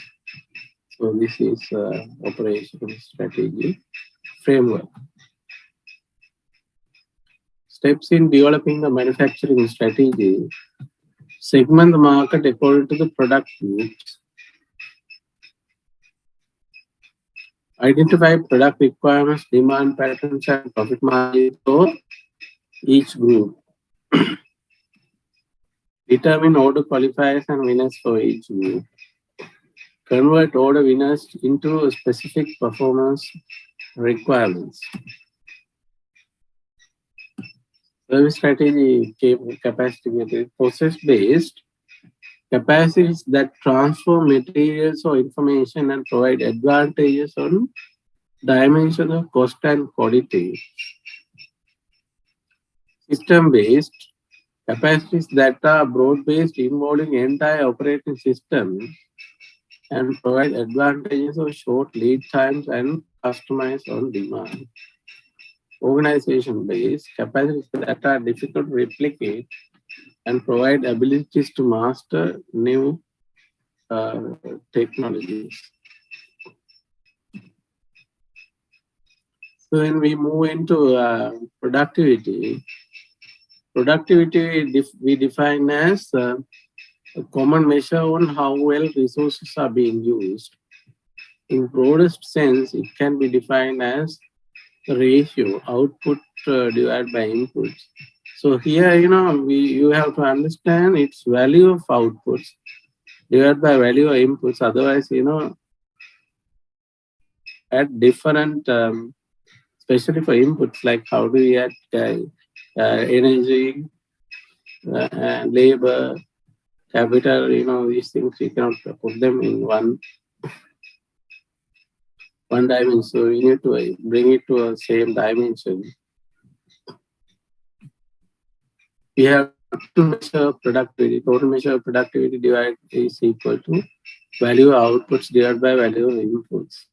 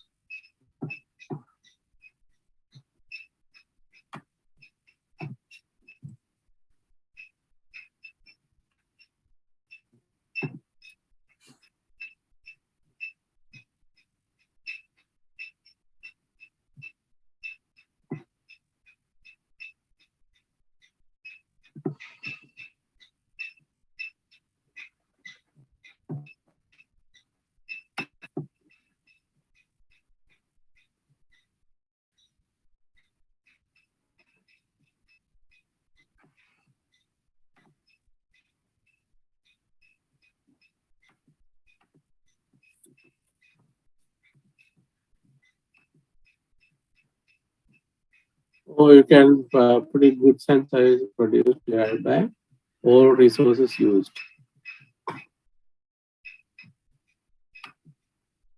Partial measure of productivity, output divided by labor, output divided by capital, output divided by material, output divided by energy, that way, For example, let's say if you are producing, let's say, 100 units per day and you have 10 laborers, and then let's say the output, partial productivity is 100 divided by 10, so you see 10 units per laborer. So that way. Let's say if you on the other hand, output is let's say 1,000 and you have 10 laborers, and then all are working 8 hours a day. So you have 10 multiplied by 8, so that's 80. And then 1000 divided by 80, you get a particular number. So then let's say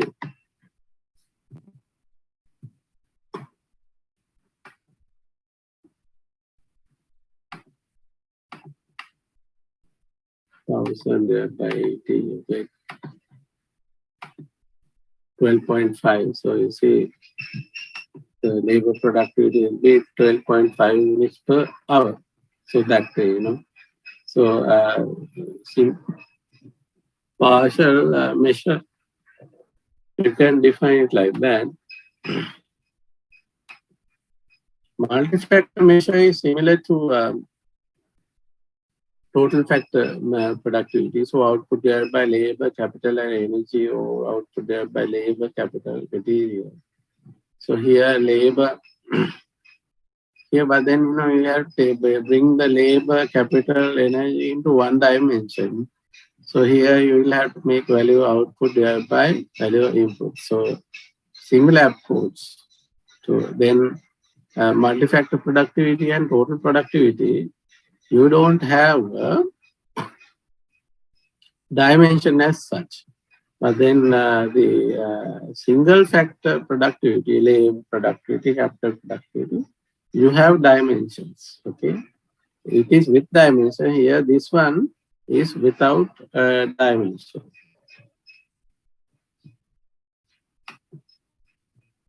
So we have example here.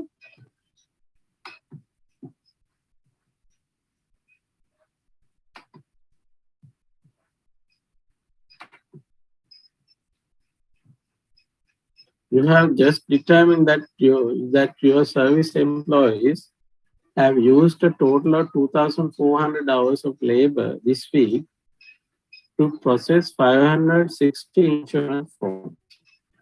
Last week, the same crew used only 2,000 hours of labor to process 480 forms. So the question is, which productivity measure should be used? Question is which productivity? Here, in this example, you say that employees have used 2,400 hours of labor and number of insurance forms. So output is only one category, and the input is also one category in this particular question. So we cannot say if in one side, this is single factor productivity or labor productivity for that matter. On the other hand, this can be described as total factor productivity because it's only one factor is given in the question. So either way, it's correct.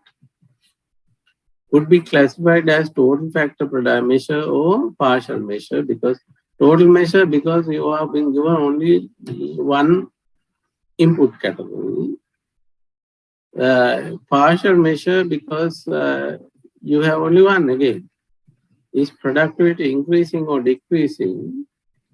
Last week productivity is 480 divided by 2000, that's 0.24. And this week productivity 560 or 2400.23. So productivity is decreasing slightly.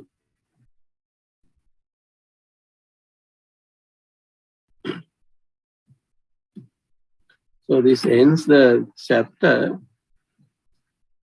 If you have questions, we can discuss.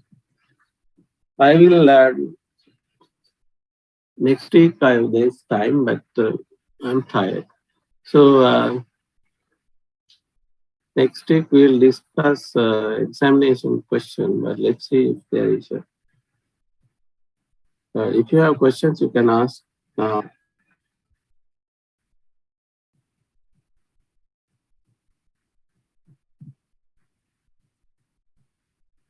If you all have any questions, you can ask now.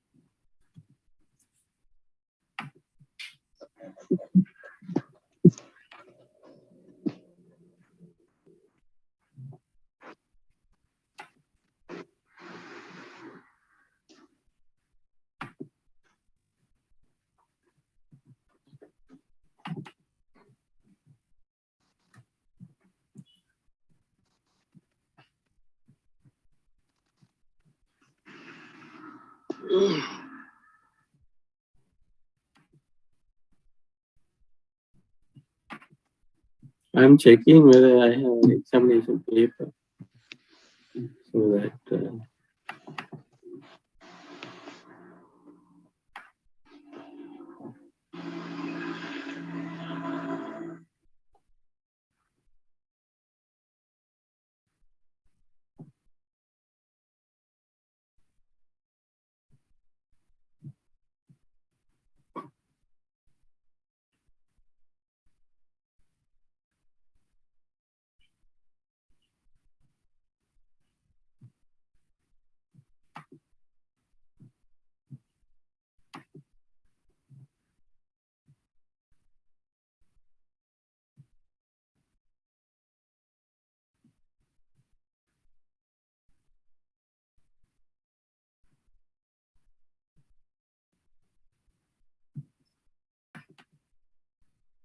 so this question,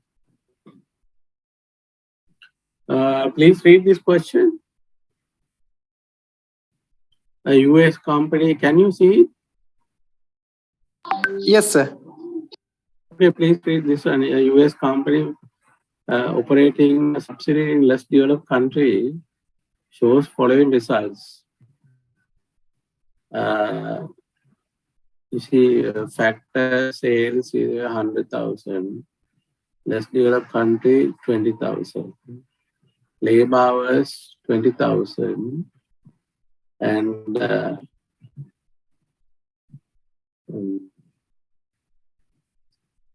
labor hours, 20,000. Here, 15,000. Raw materials, in currency, okay. This $20,000. Here, foreign currency, 20,000. And then capital equipment hours, 60,000. This is 5,000. So calculate partial labor capital productivity figures for the parent and subsidiary. Do we find results misleading? So if we calculate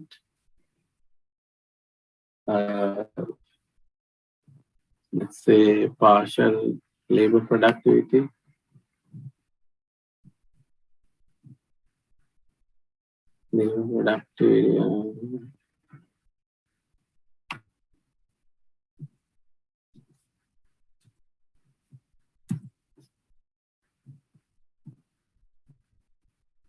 I will work out the answer here.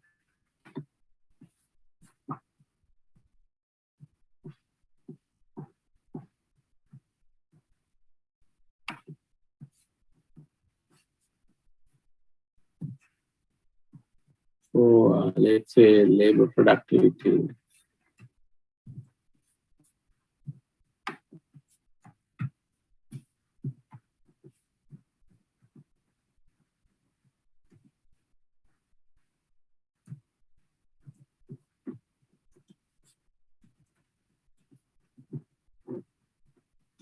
Labor for US.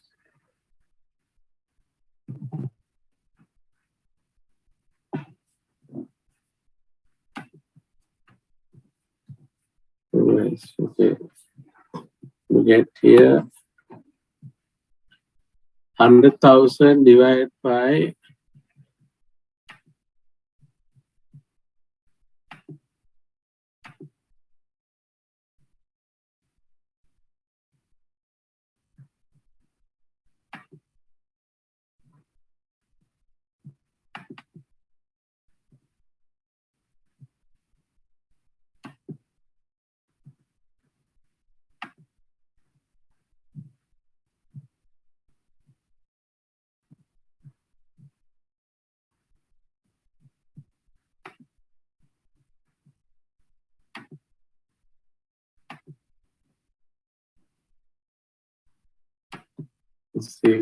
100,000 divided by labor hours is 20,000. So this equals 5. the other hand, for labor productivity,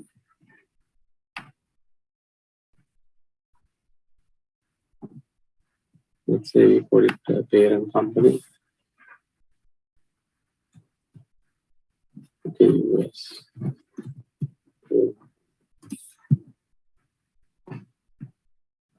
On the other hand,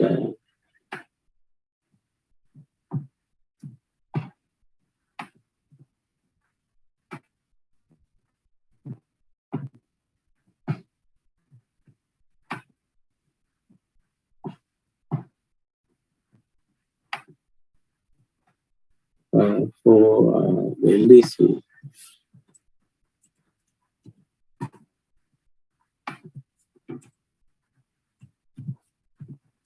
so LDC output is 15,000, 20,000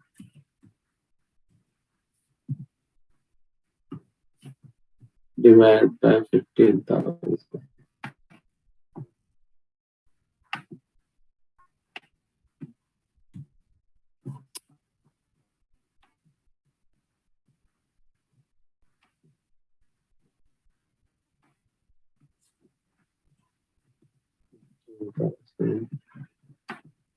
Equals 20,000 divided by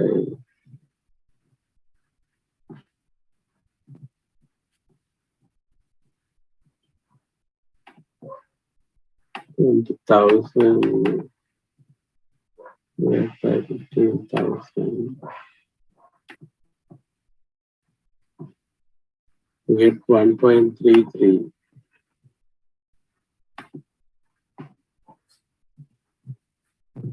1.33. Okay, so in this situation, so calculate partial labor productivity and capital productivity figures for parent company and subsidiary. Do you find results misleading? So the parent company labor productivity is much greater than the LDC's labor productivity. Okay. And then capital productivity.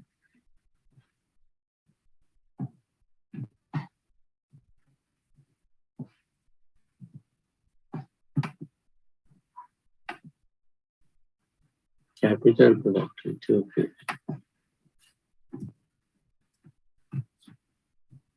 Capital productivity.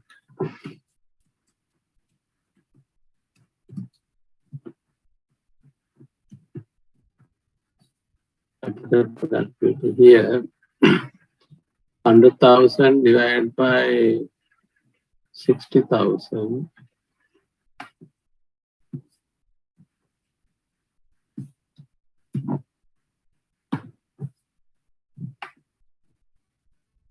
Yes, you get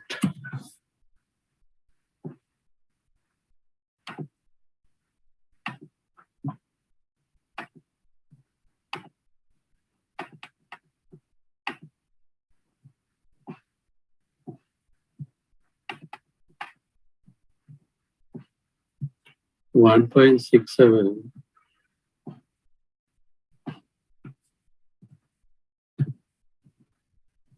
1.67.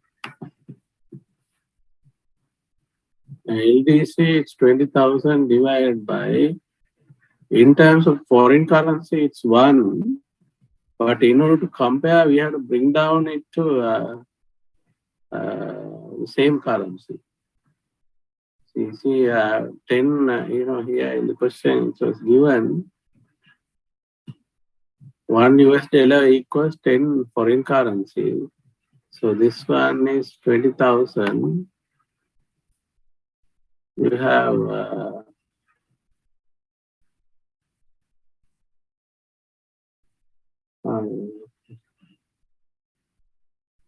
60, it's 5. This is 5,000.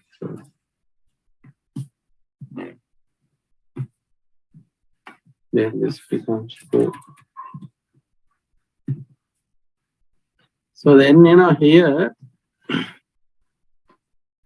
the US, the parent companies,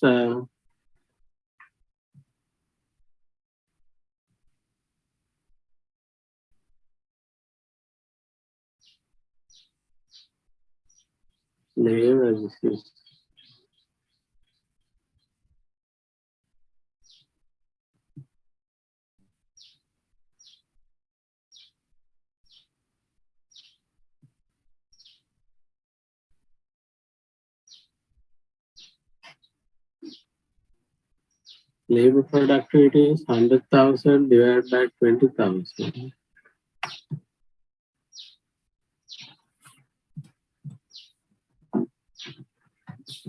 This is 5. 5. Parent company, 100,000 divided by 60,000.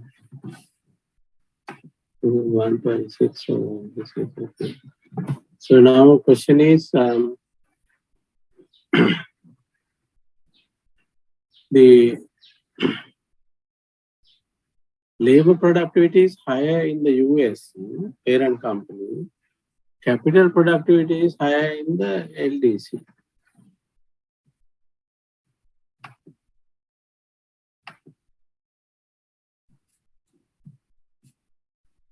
So this is, the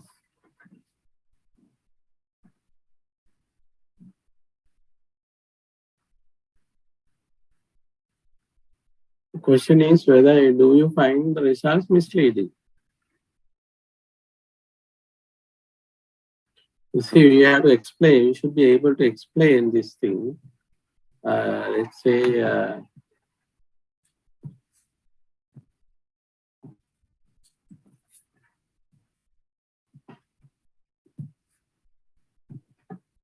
so labor productivity higher in the US is like, we can say that the US or parent company employees are better trained and they know better, so that, their labor productivity higher.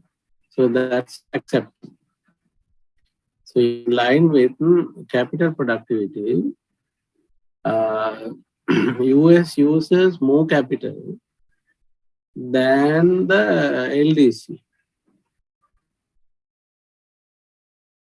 So that, of course, it's kind of, this is misleading. Capital productivity is misleading.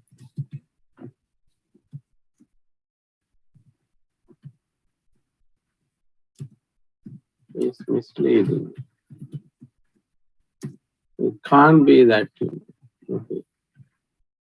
Then calculate the multi-factor productivity figure for labor and capital together. Are their results better?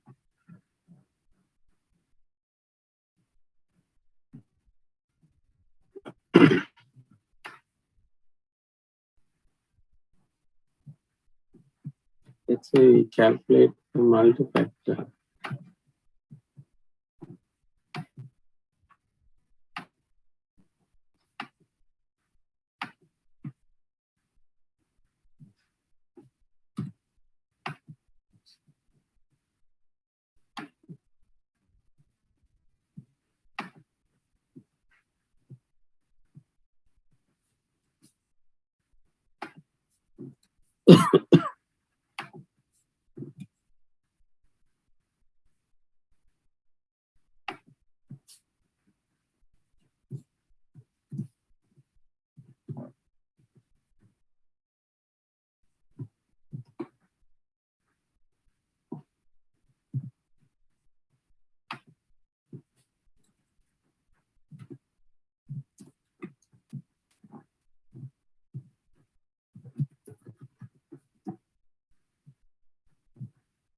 So 100,000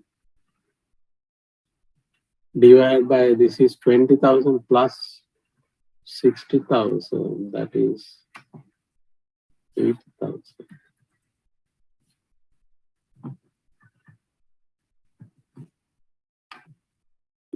It,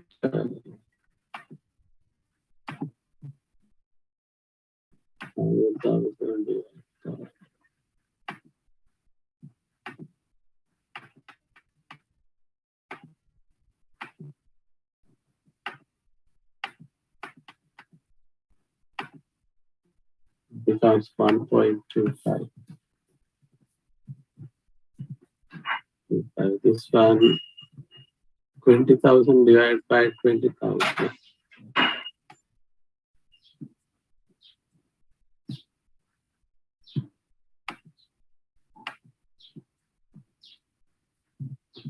You get by adding 60 divided plus 180, 2080, and then 15 plus 5, you get 20. So this becomes 1. Now, of course, multi-factor productivity, so the labor productivity is higher, multi-factor productivity is also higher in the US than the LDC. So this is, okay, then also results looks better.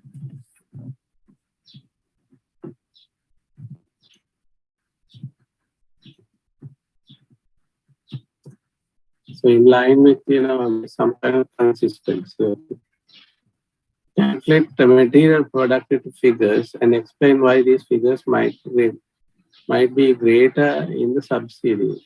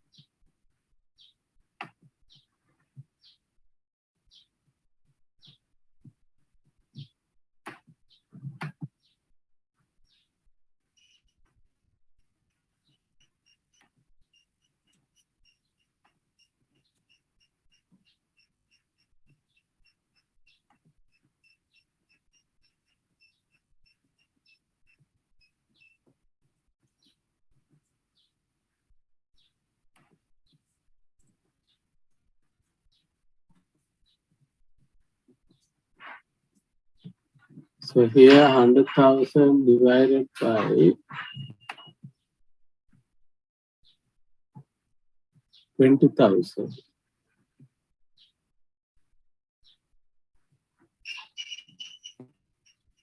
And divided by 20,000.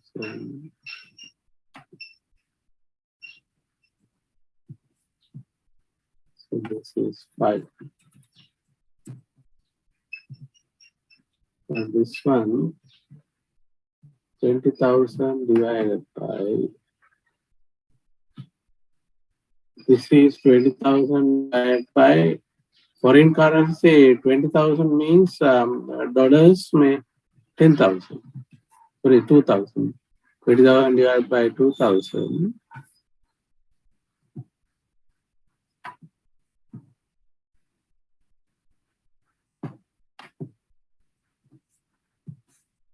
So you get 5, 10.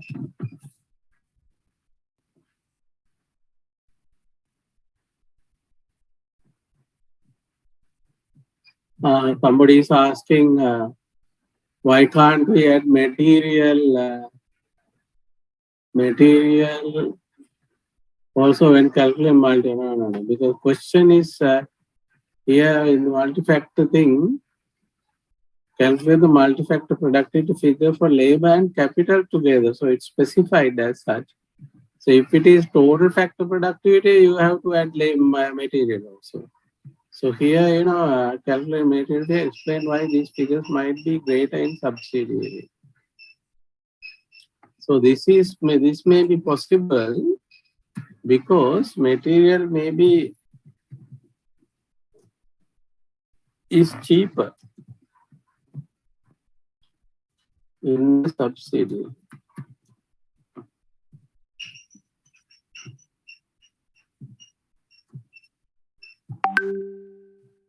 subsidy.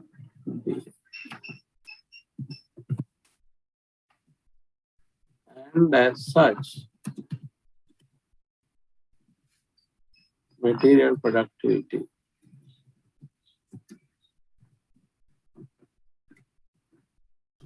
is high in the LDC.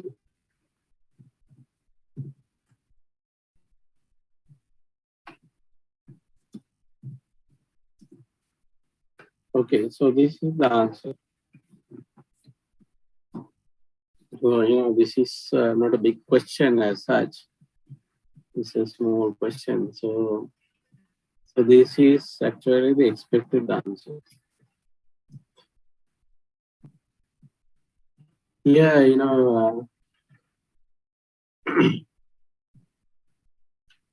in the parent company, the confusing thing here is when it comes to labor productivity.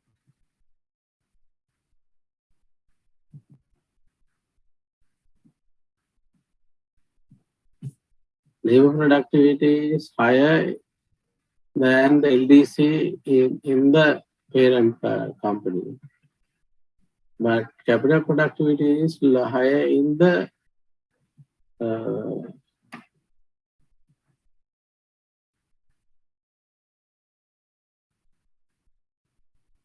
past payment is 2011. Past payment is 2011. So this paper. Okay, so here, labor productivity is higher in the US. Capital productivity is higher in the LDC. So capital can't be can't be cheap actually in the LDC. For example, like if we have a subsidiary US the subsidiary of a US company in Sri Lanka. So when we have to bring down the capital machineries and so on here, so that that is one side, and then investment wise. Investment wise also, like machinery investment, definitely it's more or less the same, and the financial investment,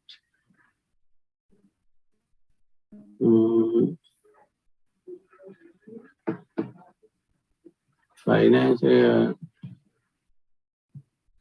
capitalized, I think it's more or less the same capital wise. Only thing is land and things like that. Of course, it could be cheaper.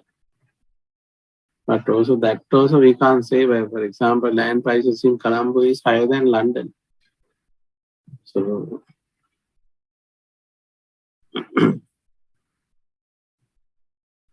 but there should be some kind of consistency.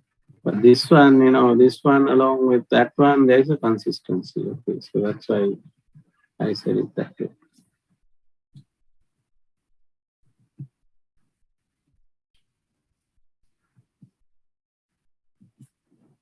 Okay, I'm going to end the class for today. This examination paper is from 2011. I will show you. This is AC 2011 January. So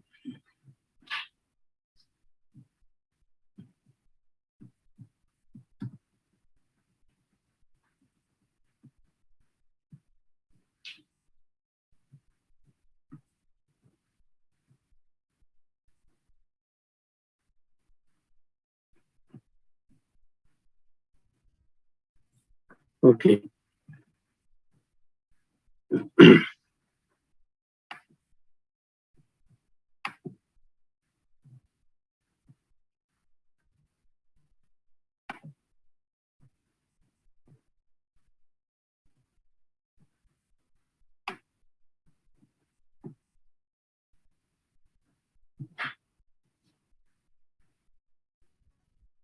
Okay,